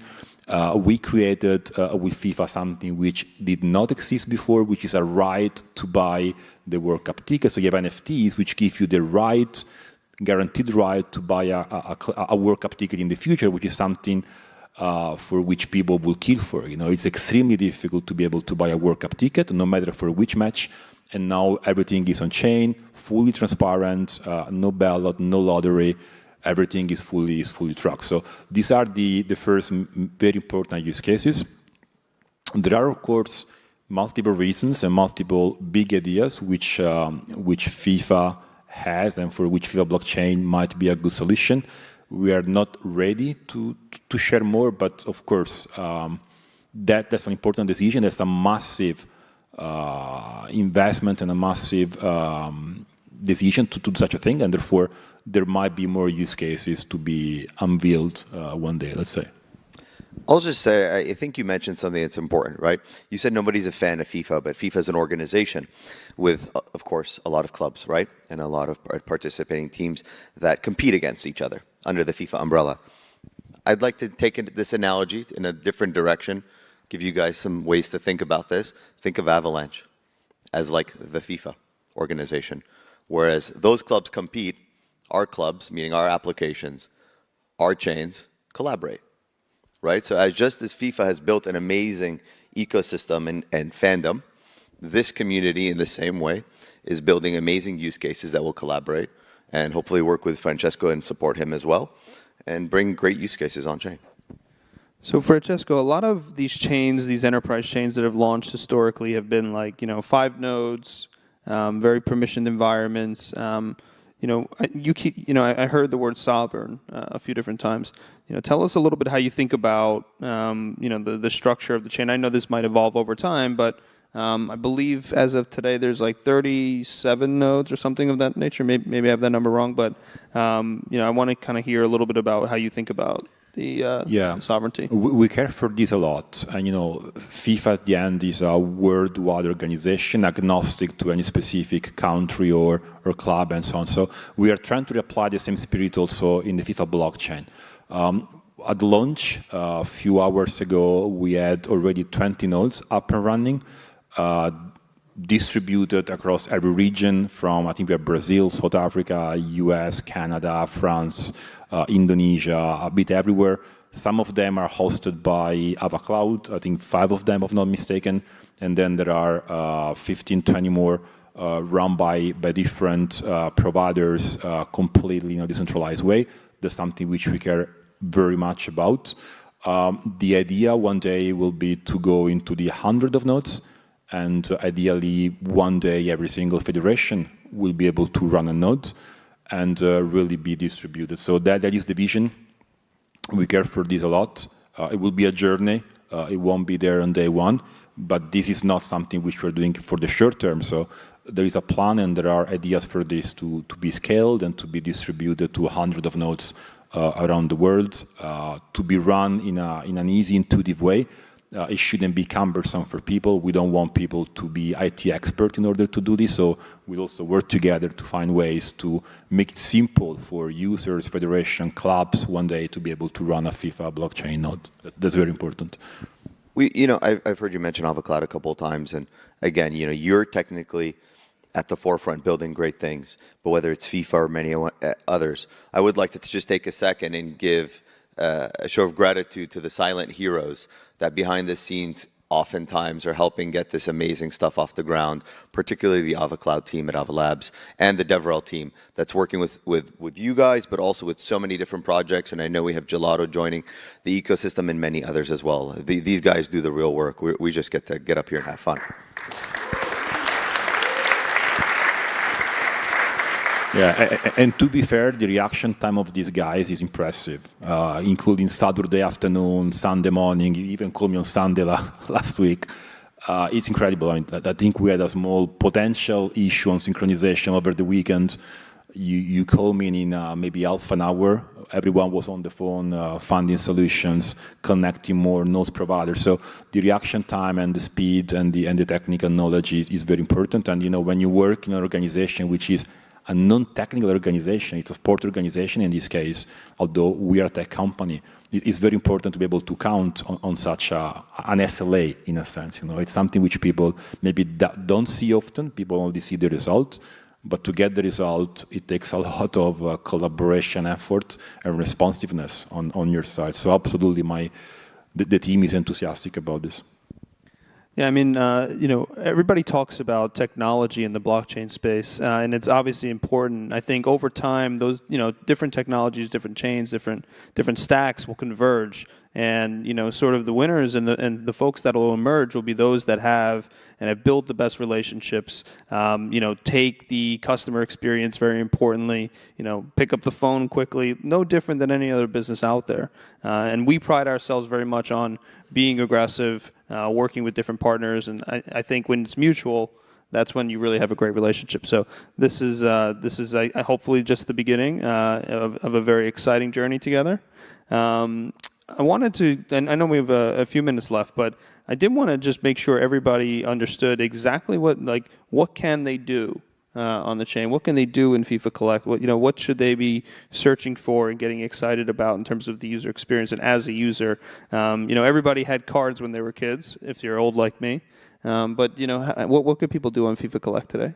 I think you have different reasons and use cases, and we have also different user types of people who are our users. You have collectors, and you can get very important rare moments of World Cup magic and World Cup moments and memorabilia. So it's kind of equivalent of physical cards, but of course as NFTs.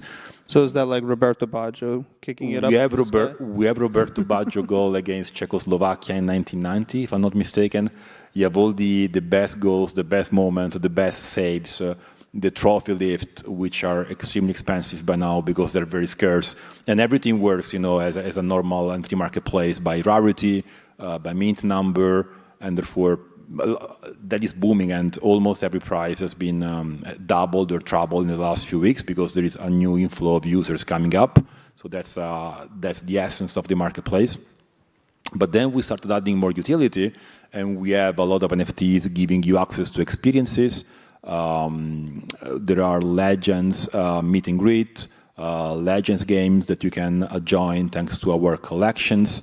We have VIP cards giving you access to different features, experiences, discount or unique collections. We have the NFT representing right to buy World Cup tickets, so you can get a guaranteed seat for the World Cup. That's the only place in the world where you can find such a thing to be able to join and watch the World Cup 26. We are also having NFT ticketing representing the Club World Cup tickets. That's a new competition. It's going to be a big one starting in mid-June in US. All of this is available. And we also have one more leg, which we started a few months ago, because the intuition was, of course, FIFA manages the most important events in the world, but we don't want people to come every 4 years on the marketplace, for a World Cup. And then we realized that you didn't have today a place where all the clubs in the world can join and do their Web3 activations. You have amazing companies doing different things at club level, but we thought under the FIFA umbrella, we would be best positioned to then have every club in the world join and do their Web3 activation for the clubs. And since then, I think we have already 16 clubs on the platform, Botafogo, Fluminense, Genoa in Italy, Alila, Lalali in Egypt. So we have made very important clubs who joined, and they're doing their jobs for the users.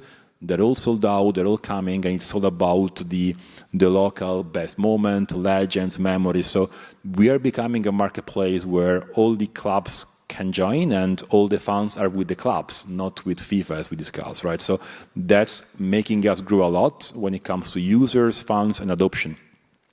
And just to give you a couple of numbers, I'm going for memory here, but I think we are growing users about 4% a week, so more than 20% a month over month ongoing. The community is now roughly 260,000 users, and we hope to be above 1 million users by the end of the year, which is also why we needed an infrastructure which is scalable, which is cost efficient, which is compatible. We now have MetaMask connected, which we couldn't do before. And that's all a mean to an end. And the end is growth. And the technology stack needs to enable such a growth, which is why the decision was made, by the way. Luigi, what's your favorite club? Be careful. I'm Laziale, so I'm a fan of Lazio. You're making fun of me? You're serious? Oh, yeah. I'm dead serious. I'm Laziale. Yeah. So now you have a BD guy to go get you Lazio. Lazio for real? Yes. Bianco Celestri, yes. You didn't tell me before. Yes. Well, we have the house near Gaeta. We're not, but this is not a joke, by the way. Yeah, we never even talked about it.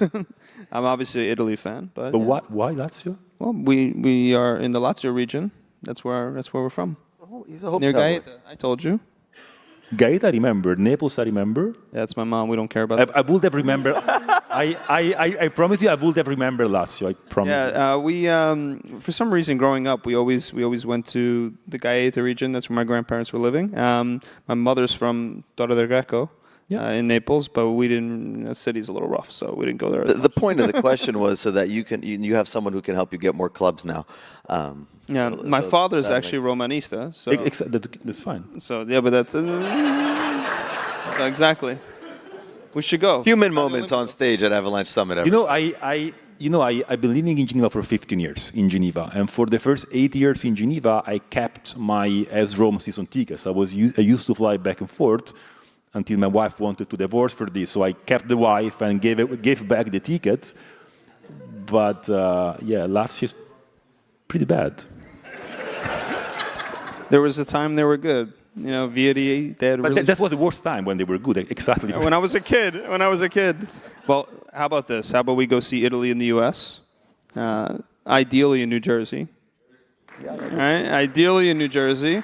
That'll be next year. So maybe you can give me one of those NFTs. You can give me the those. free right for the ticket. They're for sale, yeah. No, that's okay. But what I can do is actually to celebrate this. Then we discuss the Lazio thing. But this is how all the discussions sound. They kind of go in this circle. Yeah, but jokes aside, I'd love for more people to join and jump on FIFA Collect. And I mean, we are celebrating something important here together. So I think we are trying to coordinate with the team. But we want to give everyone a $10 coupon to all the users and the community here to join, and then start having some experiences and some nice chance to have a discount or to buy for free the first asset, so they can all experience this. And this will include also right to buy tickets for the World Cup, of course. Yeah. So keep an eye on amazing. the. Luigi, I would like you real quick. I know we're running up on time, but I know there's a technical part that I think for especially the builders in the room and in the community to hear about kind of what we did on the token standard side too. Yeah, so one of the things that's interesting is for anybody who's not familiar, obviously Avalanche is a network of networks, and there's an interoperability protocol called Interchain Messaging, ICM. On top of ICM, if we didn't want to make it any more confusing, there's something called ICTT, which allows you to move tokens very easily between different Avalanche L1s. I keep tweeting those charts showing the tokens moving, so that's basically that protocol. But given the use case here, these are NFTs. So the ICTT standard was not possible to kind of move these tokens across chains. Instead, we need to create a new standard. Shout out to the Tesseract team who's been helping with this. Very great community members. This is actually leveraging and building a great use case with Modex, who's going to be able to allow people to move these assets to the C chain with the, we need to work on the branding, but the IC NFTT standard. So I think that the technology shows that that's valuable. I believe you were talking to a third party, we won't name them, but there were integration costs and things like that. So these things coming out of the box, and you don't have to go pay somebody hundreds of thousands of dollars to set up Brinjab points. That's the value of the network, right? The C chain becomes the initial chain that has all the integrations, Binance, Coinbase, Oracles, on-ramps, fiat on-ramps and off-ramps, and you just get to leverage all that out of the box. That's beautiful. That saves you a lot of time and money. Our team spent 2.5 years doing it, so you shouldn't have to do it yourself. I mean, this just, if you've heard me talk, which is a lot, you hear me always say, this is the problem that we have in the industry and that we need to break out of this model, is that every product, every application has to fit in a pre-existing solution, right? You have to fit into a general purpose chain and work within the confines that the chain allows you to. And this is another example where the ecosystem and the chain are in support of the application, of the business, of the use case, of the asset. This industry has been inverted for the longest time. We are flipping that, and we are in support of builders, companies, assets, and whatever it is to make it as interoperable and seamless as possible.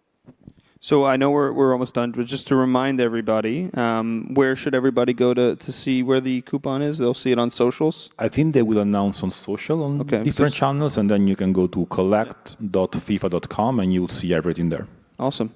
Well, thank you so much, Francesco, for coming here. My pleasure. For being a Thanks great partner. And thank you all.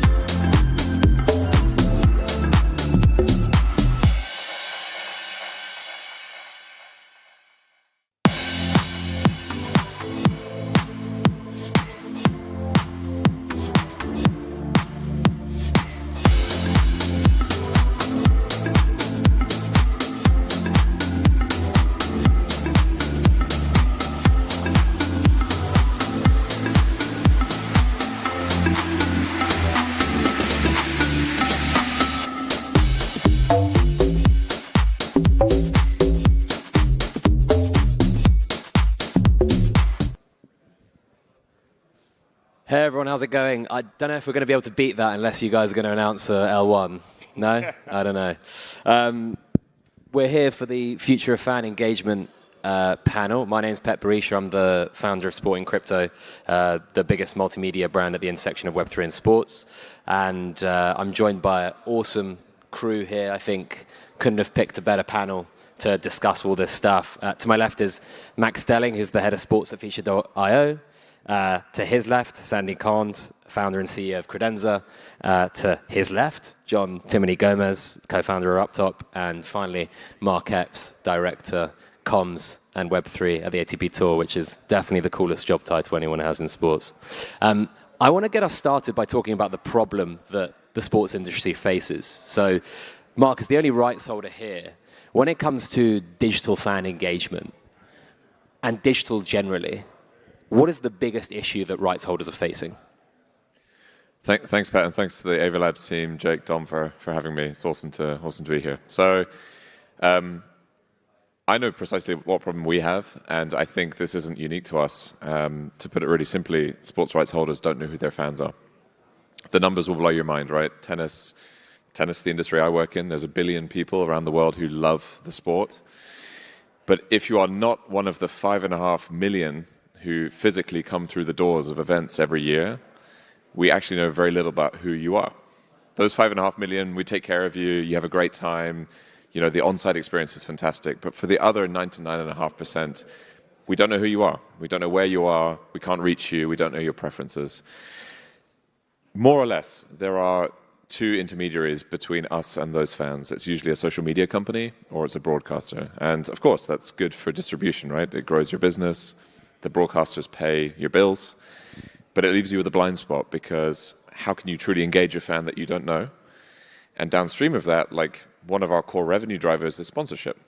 And, you know, there's many reasons that brands invest in sport. There's a halo effect. People love it. They have an emotional connection. But more and more we're seeing, you know, the CMOs, the teams, they come to us and they say, but what can you tell me about the fans that we reached?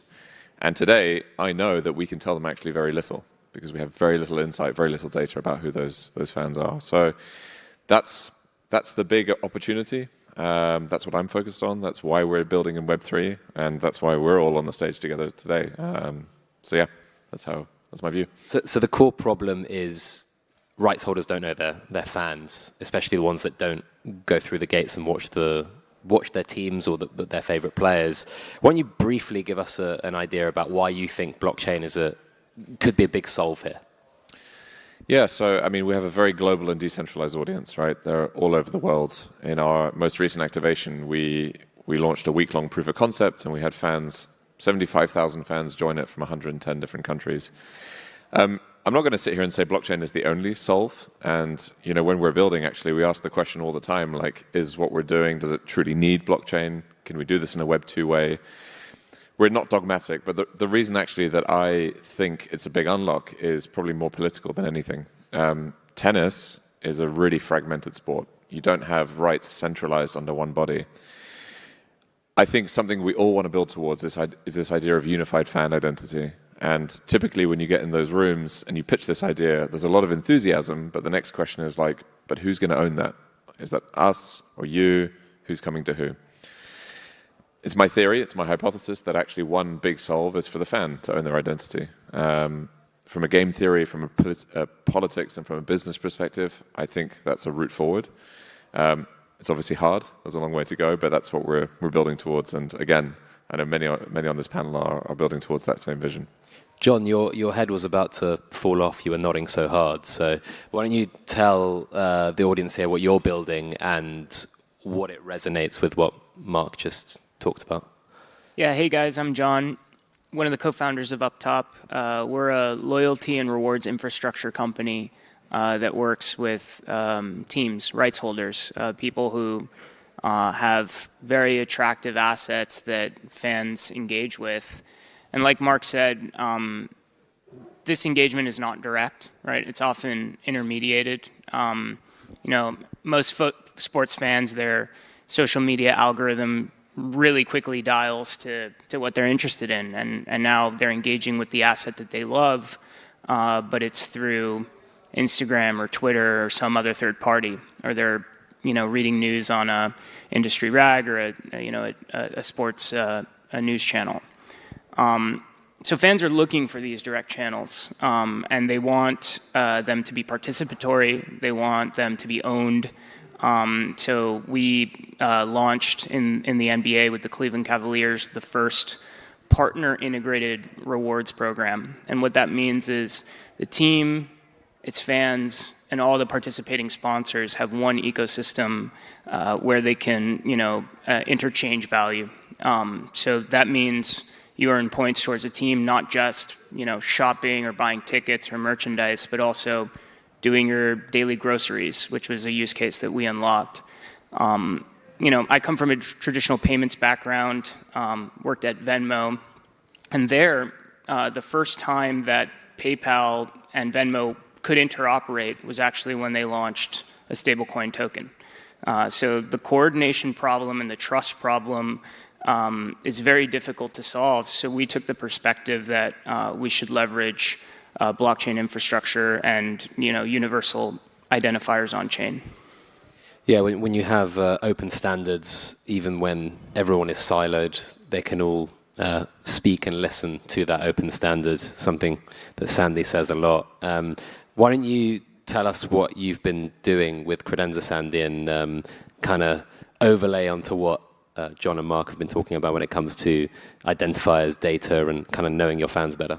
Yeah, no, absolutely. I'm Sandy Cowan. I'm the CEO of Credenza, and I think a lot of what we've been focusing on, what we've been thinking about, is very consistent, particularly with what Mark talks about. This idea of, I would even go as far as, like, we can call it a universal identity, but it's even more than a universal identity. It's a universal credential, which is to say, not only is it who you are, in fact, in some ways, it's less about who you are and more about what you've done, and we like to say it's assets, attributes, and actions, right?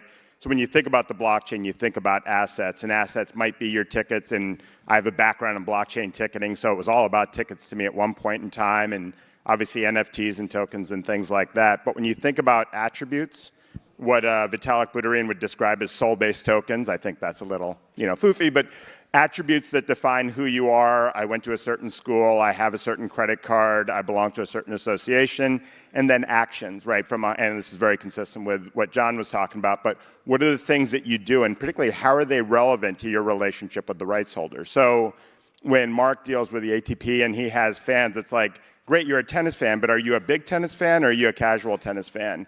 Are you, who's your favorite player? Like, are you old school and you kind of like me, like I was biggest in tennis when it was John McEnroe and Jimmy Connors, but there's the whole Federer and Nadal window, or the fact that Djokovic still plays. Who do you care about? What's the history? And when you start capturing these things universally, and keep in mind the beauty of the blockchain, I always say that the blockchain can be cross-domain, cross-device, cross-world. And there's a lot of implications with that, right?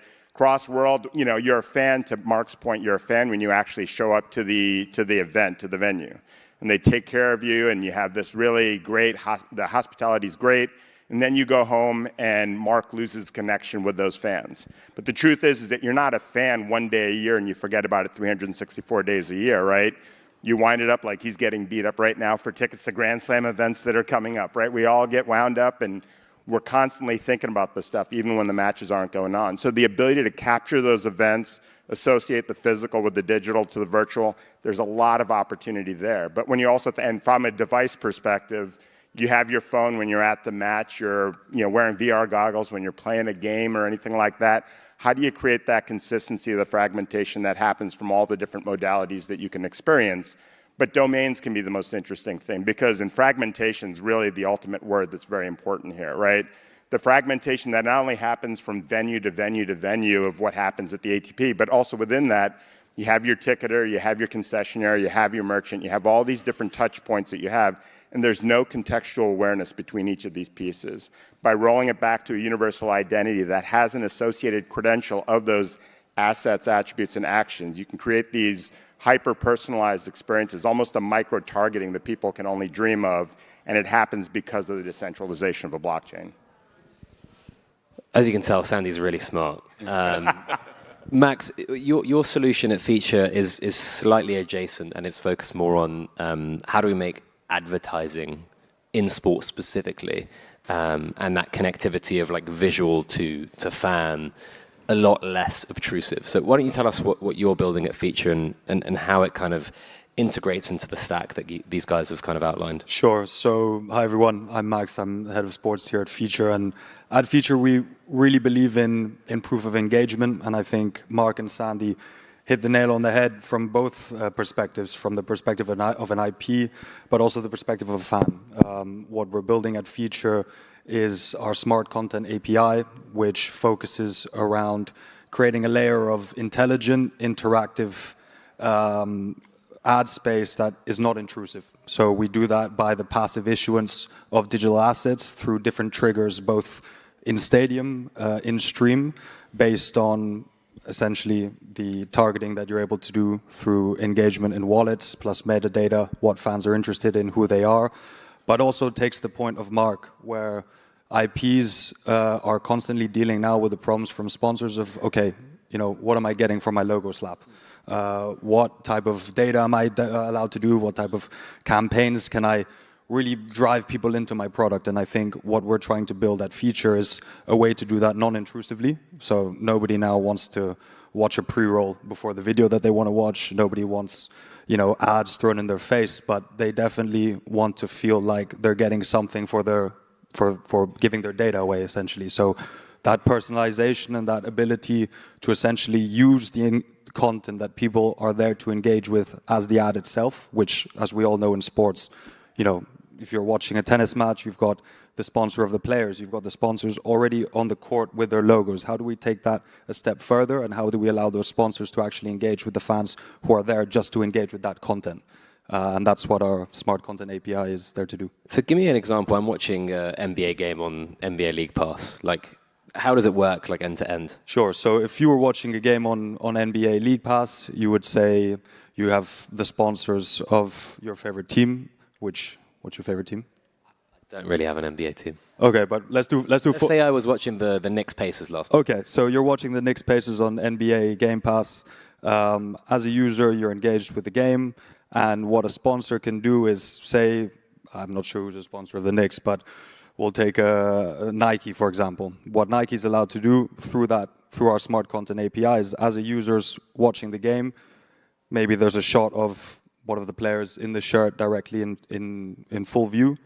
Our Smart Content API sets the trigger where we passively issue an asset from Nike to that specific user. Now, if that user has already been targeted, to Sandy's point, if we've seen within their user wallet, which would be embedded into the NBA Game Pass, we've seen that they've already interacted with 3 Nike assets. Well, now Nike knows that that's a user that they can potentially target, and so we passively issue that asset to the user. The user then can either engage with it immediately within their, let's say, rewards section on NBA Game Pass, or can interact with it after the game and say, okay, well, I go into my wallet, okay, cool, I've collected now, since I've collected 5 NBA or Nike assets, now I've got a 10% discount to go and buy the jersey of the Knicks, for example. At a very basic level, that's how the passive issues would work and how it would work in stream for something like NBA Game Pass. Mark, I thought you wanted to jump in there, but... Just really excited to check out your platform, man. That's cool. Live sales, everyone. So what I wanted to talk about is you guys are all building something that is trying to prove that when fans are more engaged, they spend more.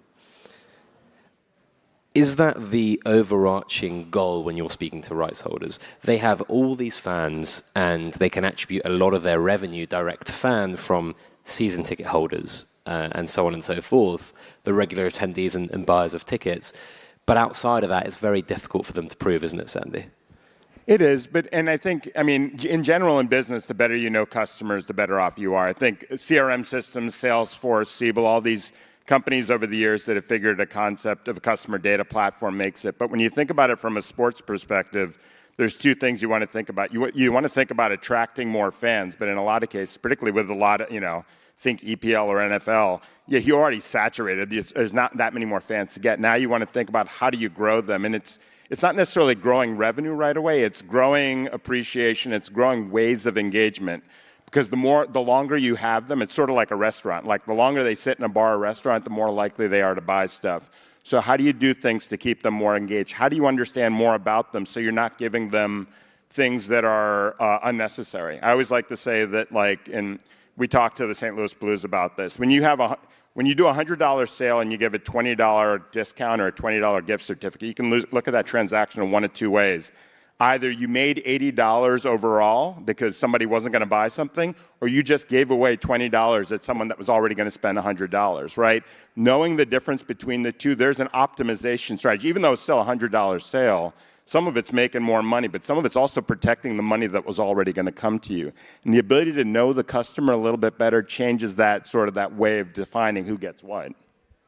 Yeah, so I would add to that. The question was, is it all about folks spending more money? And we're not hearing that so explicitly from teams, especially about extractive rents on their fans.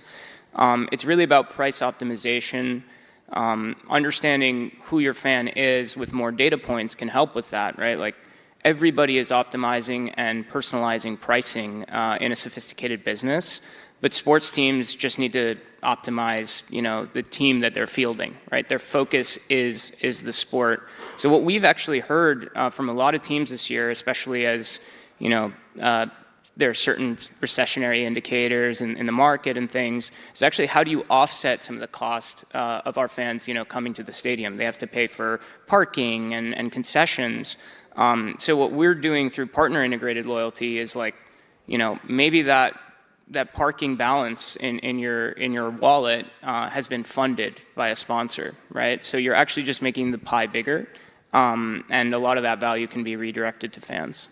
I think, yeah, just to add to what John's saying, I think we probably see it a bit more cynically than that in the sports space. We try to focus on really who has the deep pockets. Is it the fans or is it the sponsors? And for us, we see the sponsors having the deepest pockets. So what can we do to improve the experience for sponsors whilst increasing that sponsorship bottom line for IPs?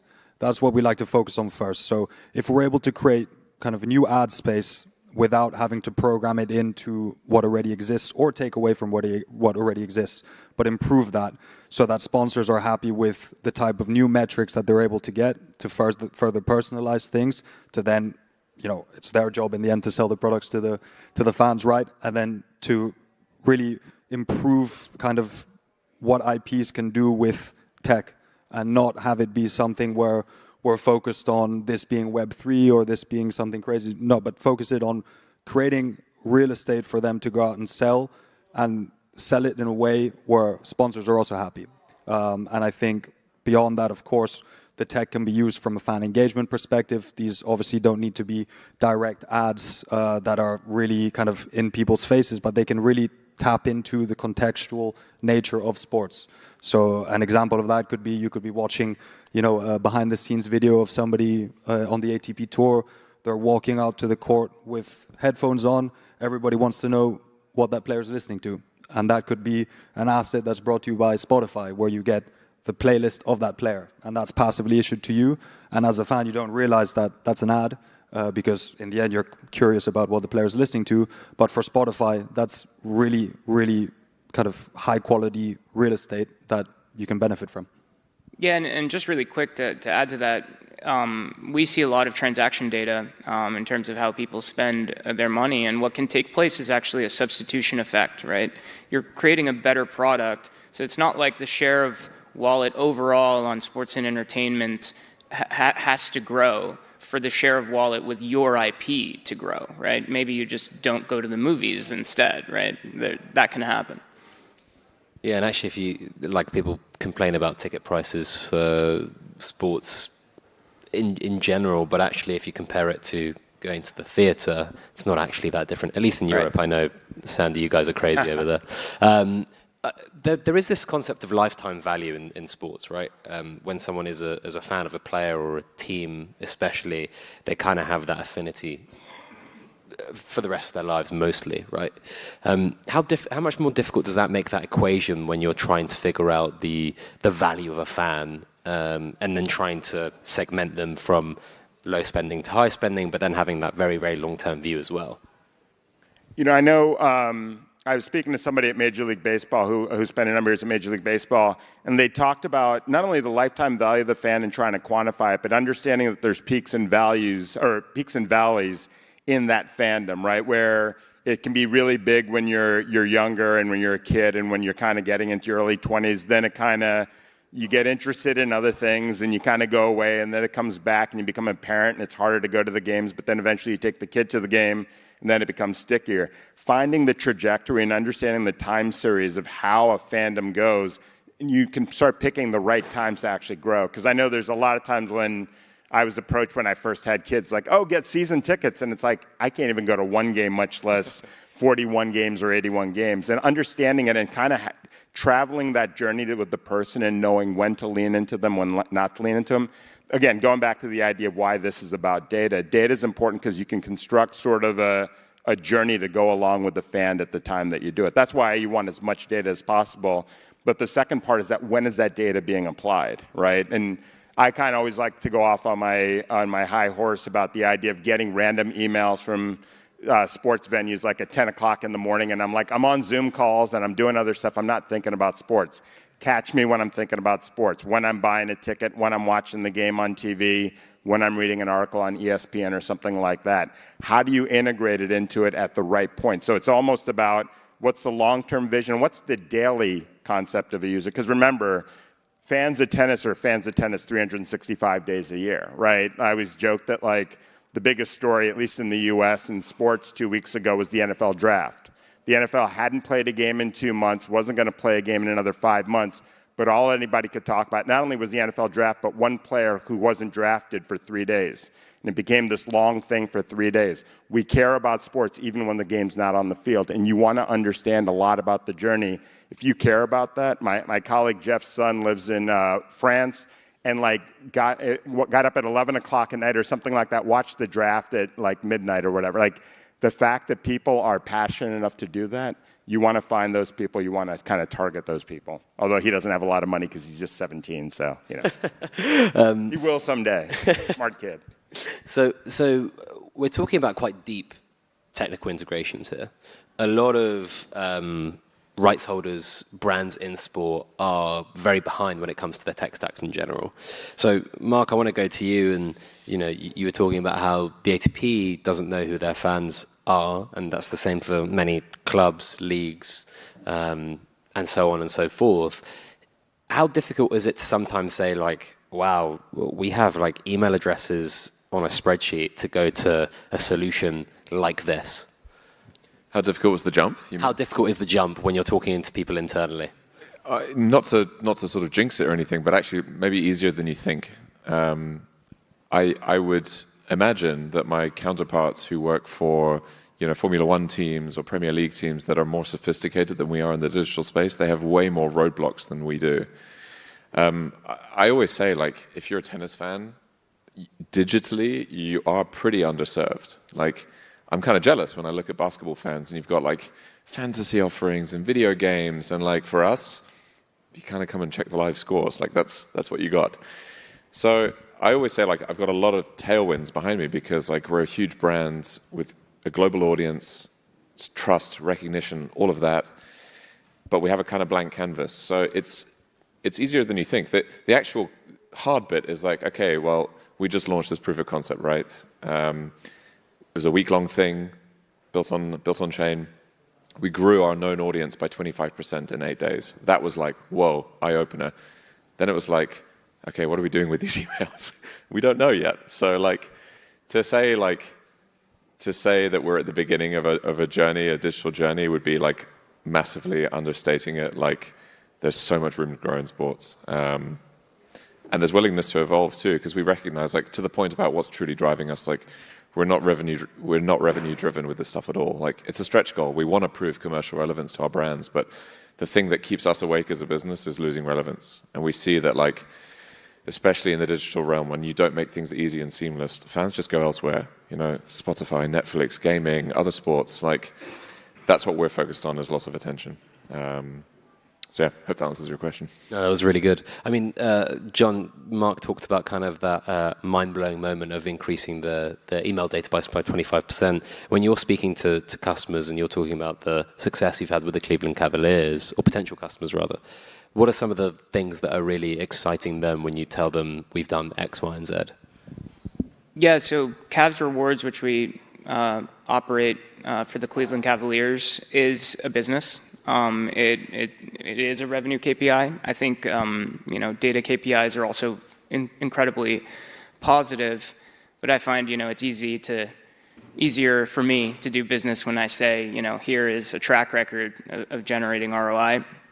So it's sponsor integrated, so that's the first KPI. Sponsors are actually buying points that we issue on behalf of the organization, and they can distribute them at their place of business.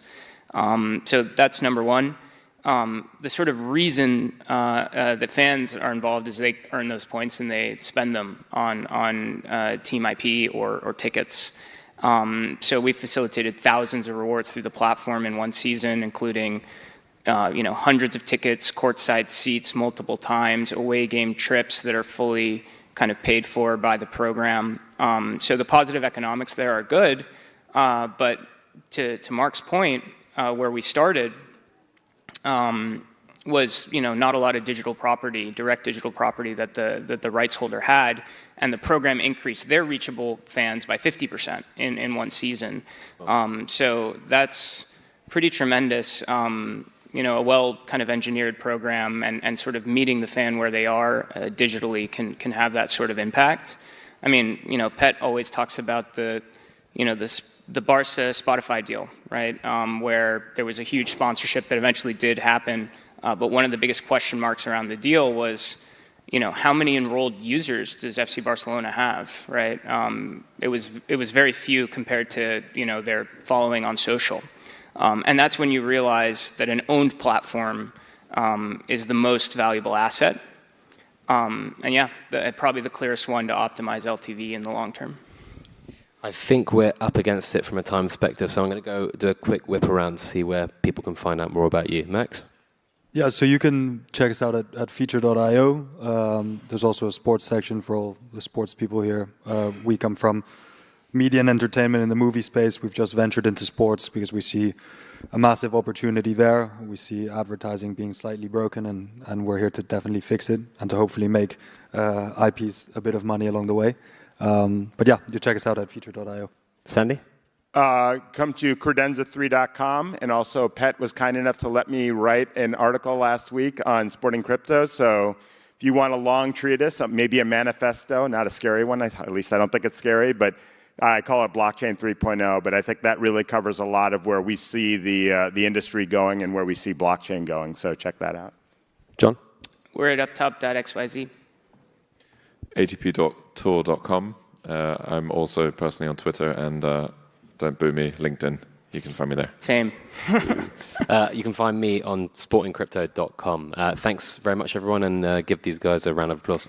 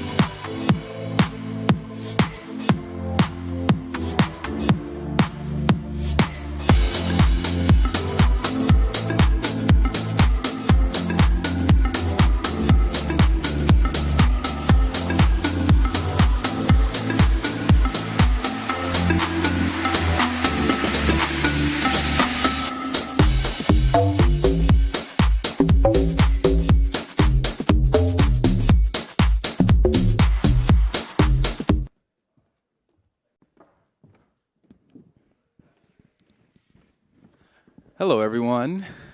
It's almost done, guys, I promise. It's going to be okay. My name is Mag Rodriguez. I'm the CEO and founder of Even. We are a superfan platform. We help artists and labels sell access to music directly to fans before it's made available on streaming platforms. So think of us like the movie theater premiere if the streaming platforms were Netflix. As far as a company, we provide an infrastructure. So we work directly with artists, and we make it turnkey for them to go direct to fan, which traditionally has been costly and requires a lot of resources. But we're also proud to be the first and only superfan platform that reports to the Billboard charts. But we also report to the charts in the UK. Haven't announced that publicly yet, but it is something that we do. But we're also really proud to announce today, well, actually the announcement went out yesterday, we have officially moved to the Avalanche network and ecosystem, and we have launched our own L1. Big kudos to the Ava Cloud team. They've been super supportive and super helpful in making that transition.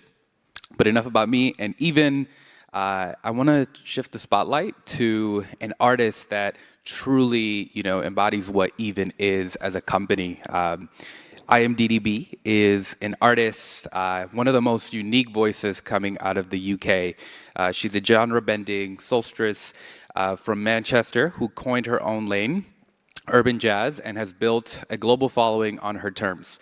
She has toured the world with legends like Lauryn Hill, Bryson Tiller, dropped viral records like Shade, and leads her own company, Wave Entertainment.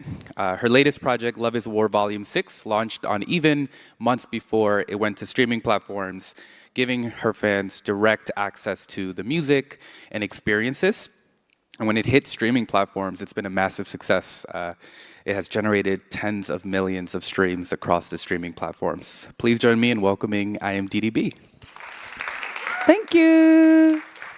Firstly, thank you so much for having me. How are we all feeling? Are we feeling good? It's a little bit chilly, isn't it? But yeah, let's get into it. Yeah. Well, let's kick off. Dee, it's so nice to see you. It's been, I think last time I saw Dee, we were in New York and we were hosting a meditation class with some of her biggest fans. It's a different energy than today here, but yeah, I think there's like a little meditation hub somewhere.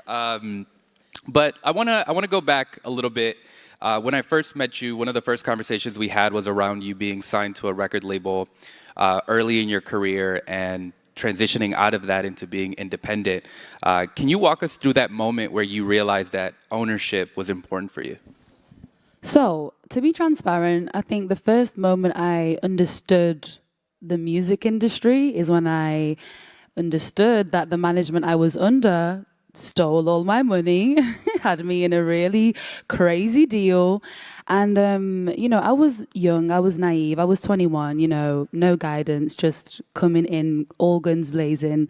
And I think once I started to really dissect the contract I was in, once I really started to understand the clauses, the terminology that they use, and my rights, the assets, I started to understand, okay, this is no longer a numbers game for me, this is an ownership game for me. And I have spent the last 7 years of my career reclaiming all my power in terms of my assets, like the woman I am, reclaiming my voice, like just reclaiming the energy that got me to where I am to begin with, right? So a lot of that was just re-educating myself on the music industry and really understanding how I want to position myself as a business, but also in terms of my artistry, just to flourish as best as I can. That's amazing. Yeah, that deserves a round of applause.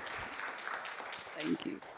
And, you know, we had the honor of working with you for your latest release, Love is War Volume 6. This was your first independent release. Come on. Actually, second. Second independent. Mm-hmm.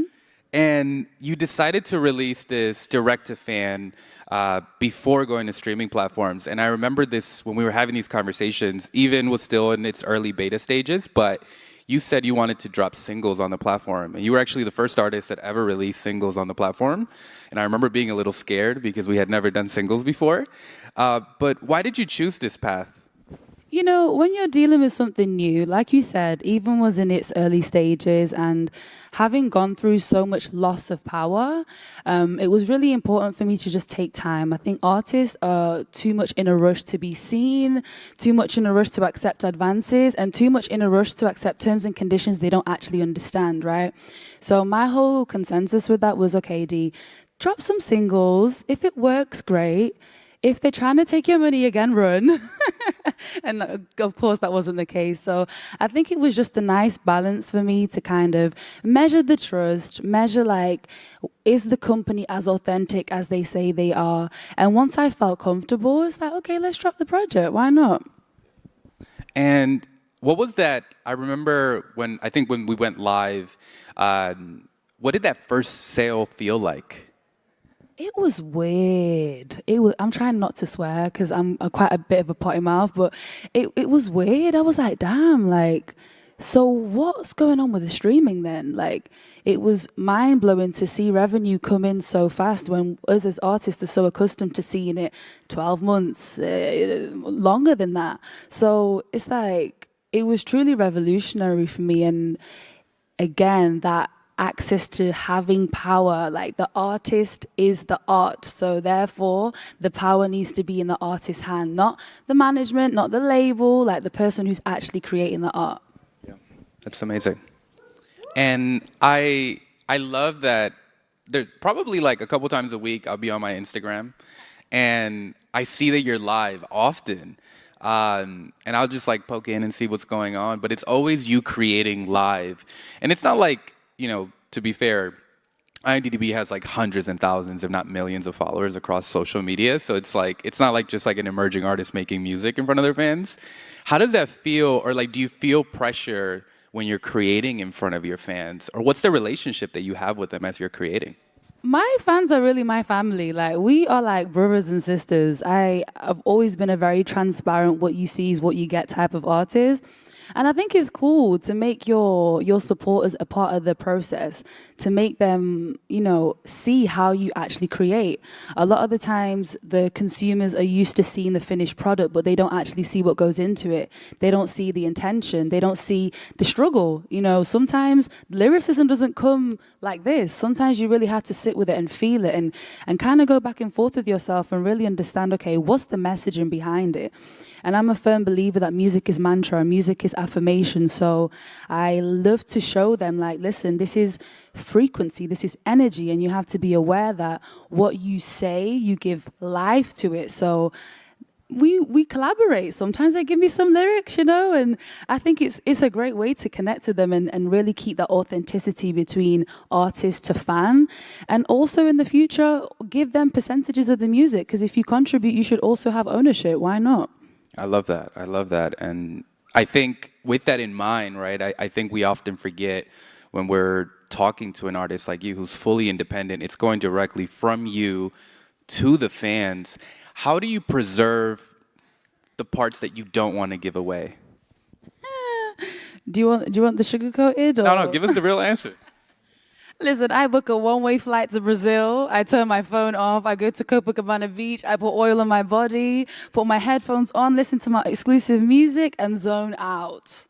It's important to have the balance. It's important to work hard, but also reset. I think the resetting part is the most important, because if your energy isn't balanced, if you've not taken time to check what's going on in your mind, body, soul, and spirit, understand where you're coming from, understand where you're going, understanding your goals, understanding what it takes to get there, because just because you're on the front line and you're the face of the brand does not mean that there's not 100 people, 10 people. In my case, it's like 5 people making it work.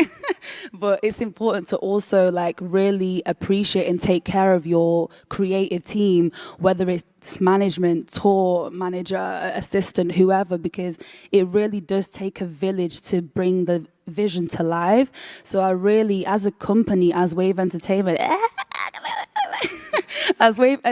we really take pride in not only making sure all our staff members are well paid and taken care of, but we also care about their well-being.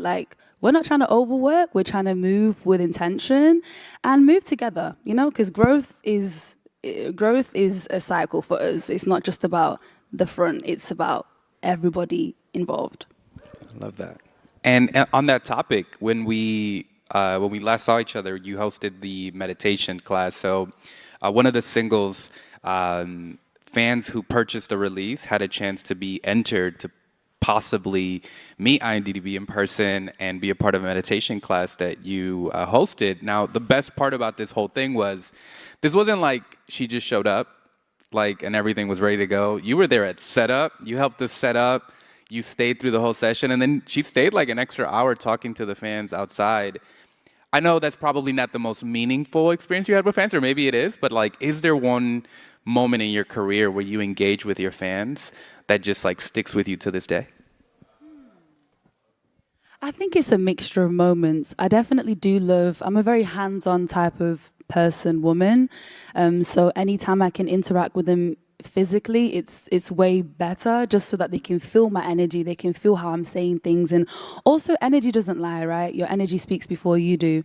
But in terms of shows and music, I really do love my meet and greets. I know some people are funny about being touched, but I'm just I'm like, come here, give me a cuddle, because it's important for people to understand. Just because we're in the public eye doesn't mean we're not human, doesn't mean we don't bleed like you, we don't go through motions and cycles. So when my fans do share, like, music has helped them through depression, music has helped them through, heartache, whatever challenge they're facing in life, it gives me the ammunition to keep going, because being an artist is not for the weak. It comes with a lot of trials and tribulations, but when your intentions are in the right place and you're not doing it for clout, you're not doing it for fame, you're doing it solely for the purpose of raising the vibration for the collective, then you will be abundant. It's your birthright. I love that. I think, you had these, tons of fans who listened to the album before it went to streaming platforms, and then months later, and initially you didn't announce when it was going to streaming platforms. There was like a moment where it was just kind of like you get it directly from you. Have there been any fans that initially listened when they bought the album that maybe messaged you, or have you engaged with any of those fans since? I don't think I have, but just the thought of knowing that there was a collective of people that had already processed the music and digested it before it went out. By the time it dropped on Spotify, Apple Music, all of that, I was very unbothered, because I already knew, like, okay, now I know the true value of my music. And I think, these companies like Spotify, Apple Music, YouTube, etc., they really need to humble themselves a little bit, because without the art and the artist, without the content creators, it's like, so I just wish that they would give us a bit more credit and just make it a bit more lucrative for us, because we are the substance, exactly, like, we are the substance of their platform. So yeah, I think even in terms of giving us our flowers is a great platform, and I'm just so happy and humbled that you allowed my music to be a part of this journey. No, and we're grateful for you, because you were, as I mentioned, I think you were artist number 19 on the platform, and now we're onboarding 10,000 artists a day. So, along the way, there was probably somebody or an artist that was like, I want to release music, and they saw you on the platform, and they're probably now releasing on the platform. So thank you. Speaking of giving flowers, thank you for... Thank you so much. I know we're almost at time, and I have a question, and I would love to kind of hear it in your own words, of course. Now, looking forward, it's been 7 years since you've been independent? 5, 6 years? It's been 5th year now. 5th year. So 5 years in, what does ownership mean to you now?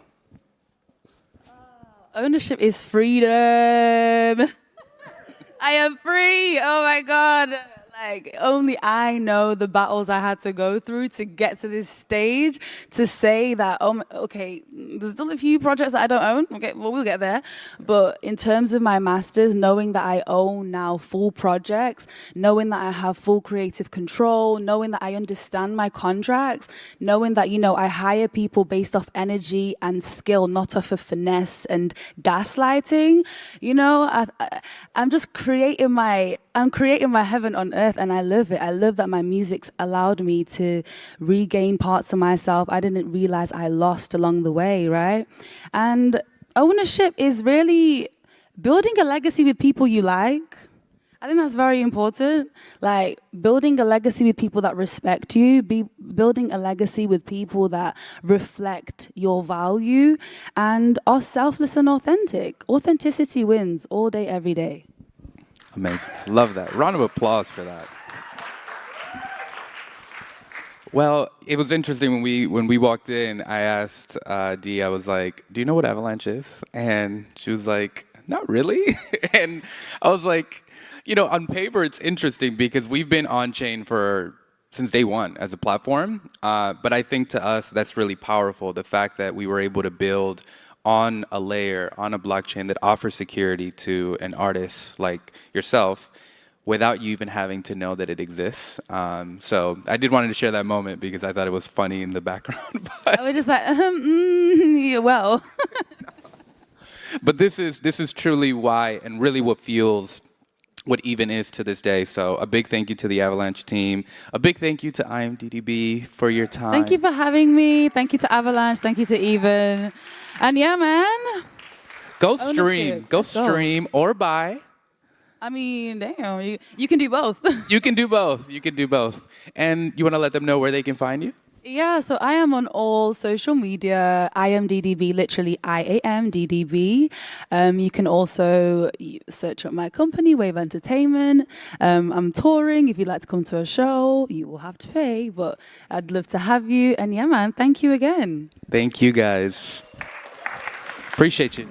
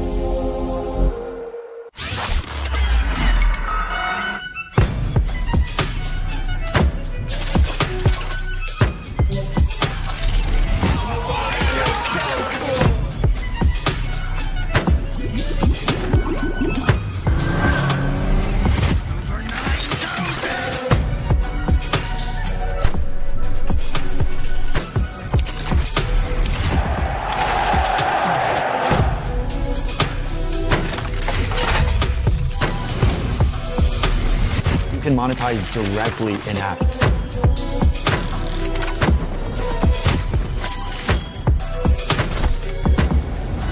But it's honest work.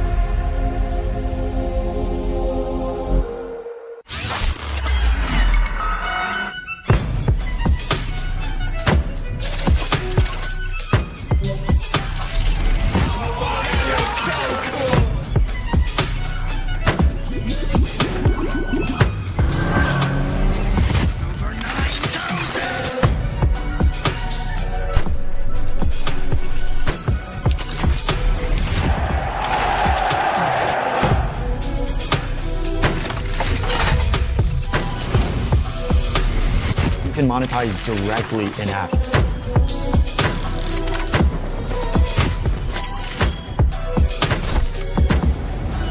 But it's honest work.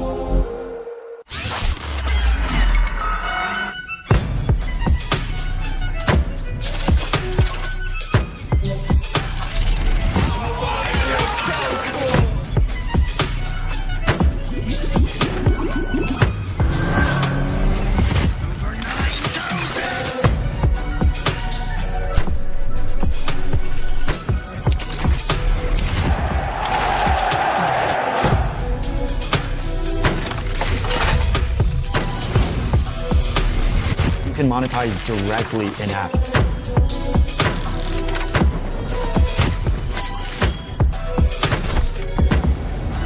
But it's honest work.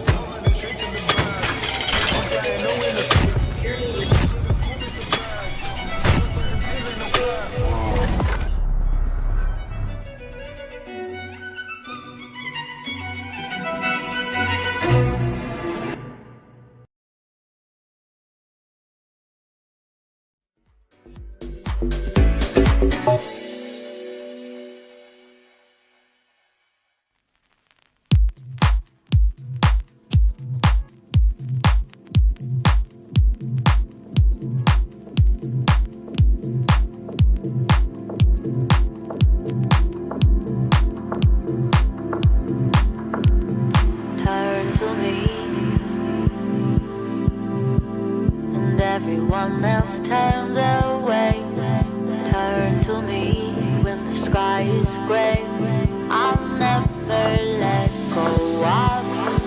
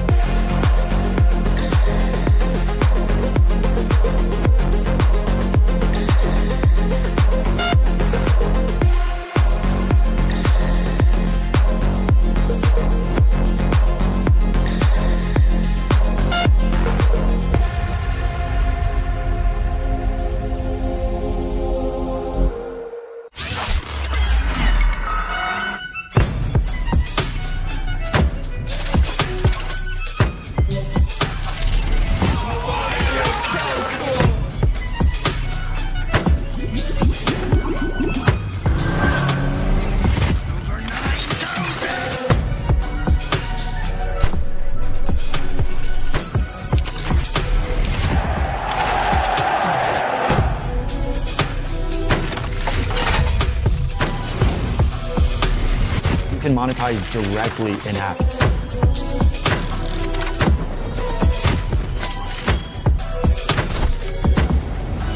But it's honest work.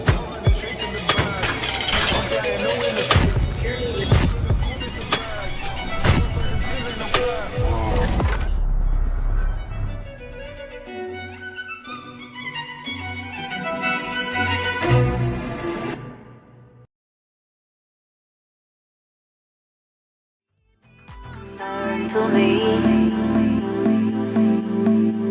and everyone else turns away. Turn to me when the sky is gray.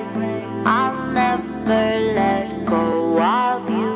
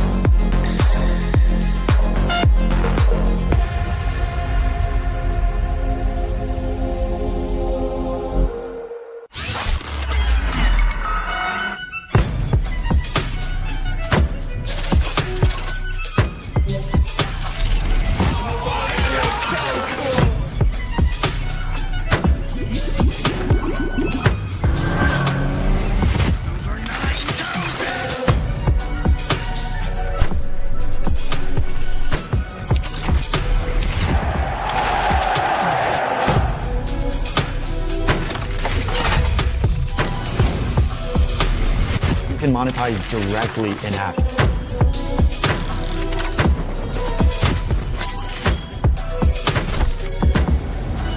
But it's honest work.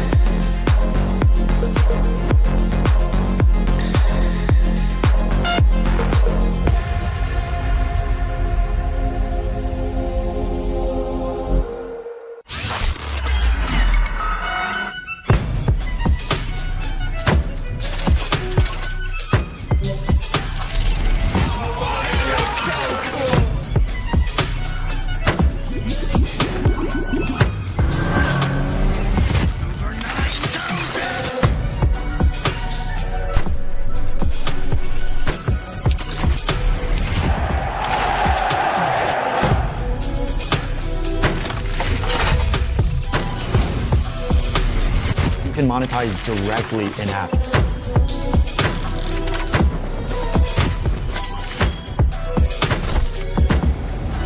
But it's honest work.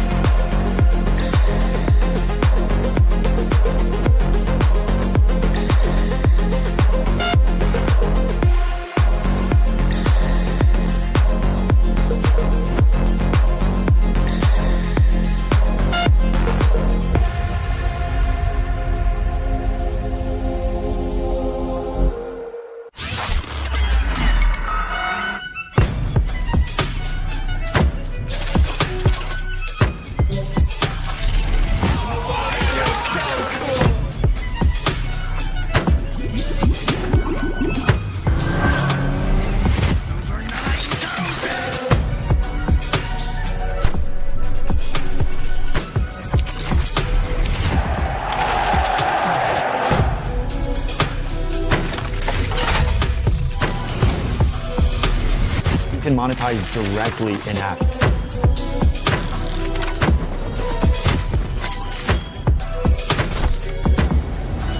But it's honest work.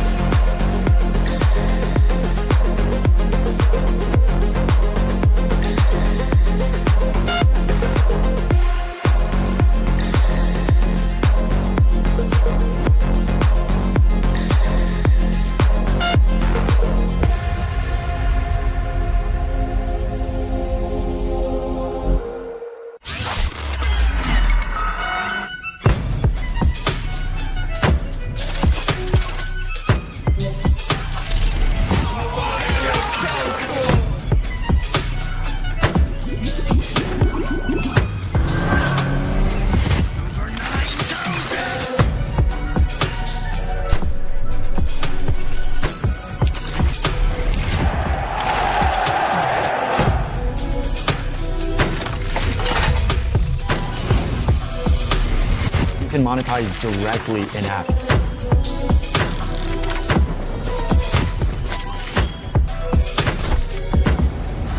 But it's honest work.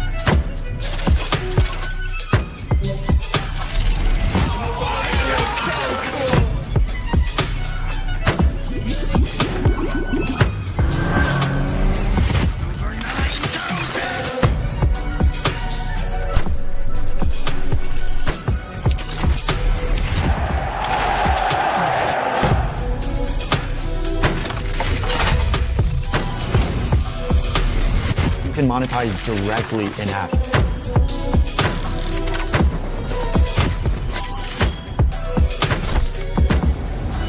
But it's honest work.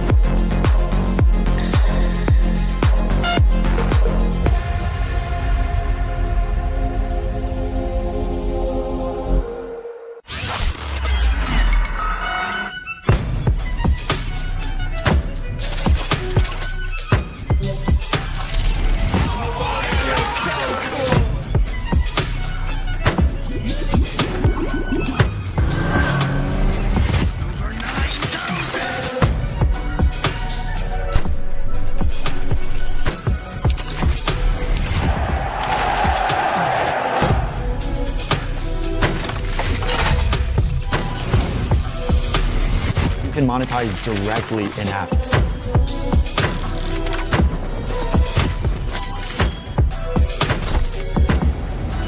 But it's honest work.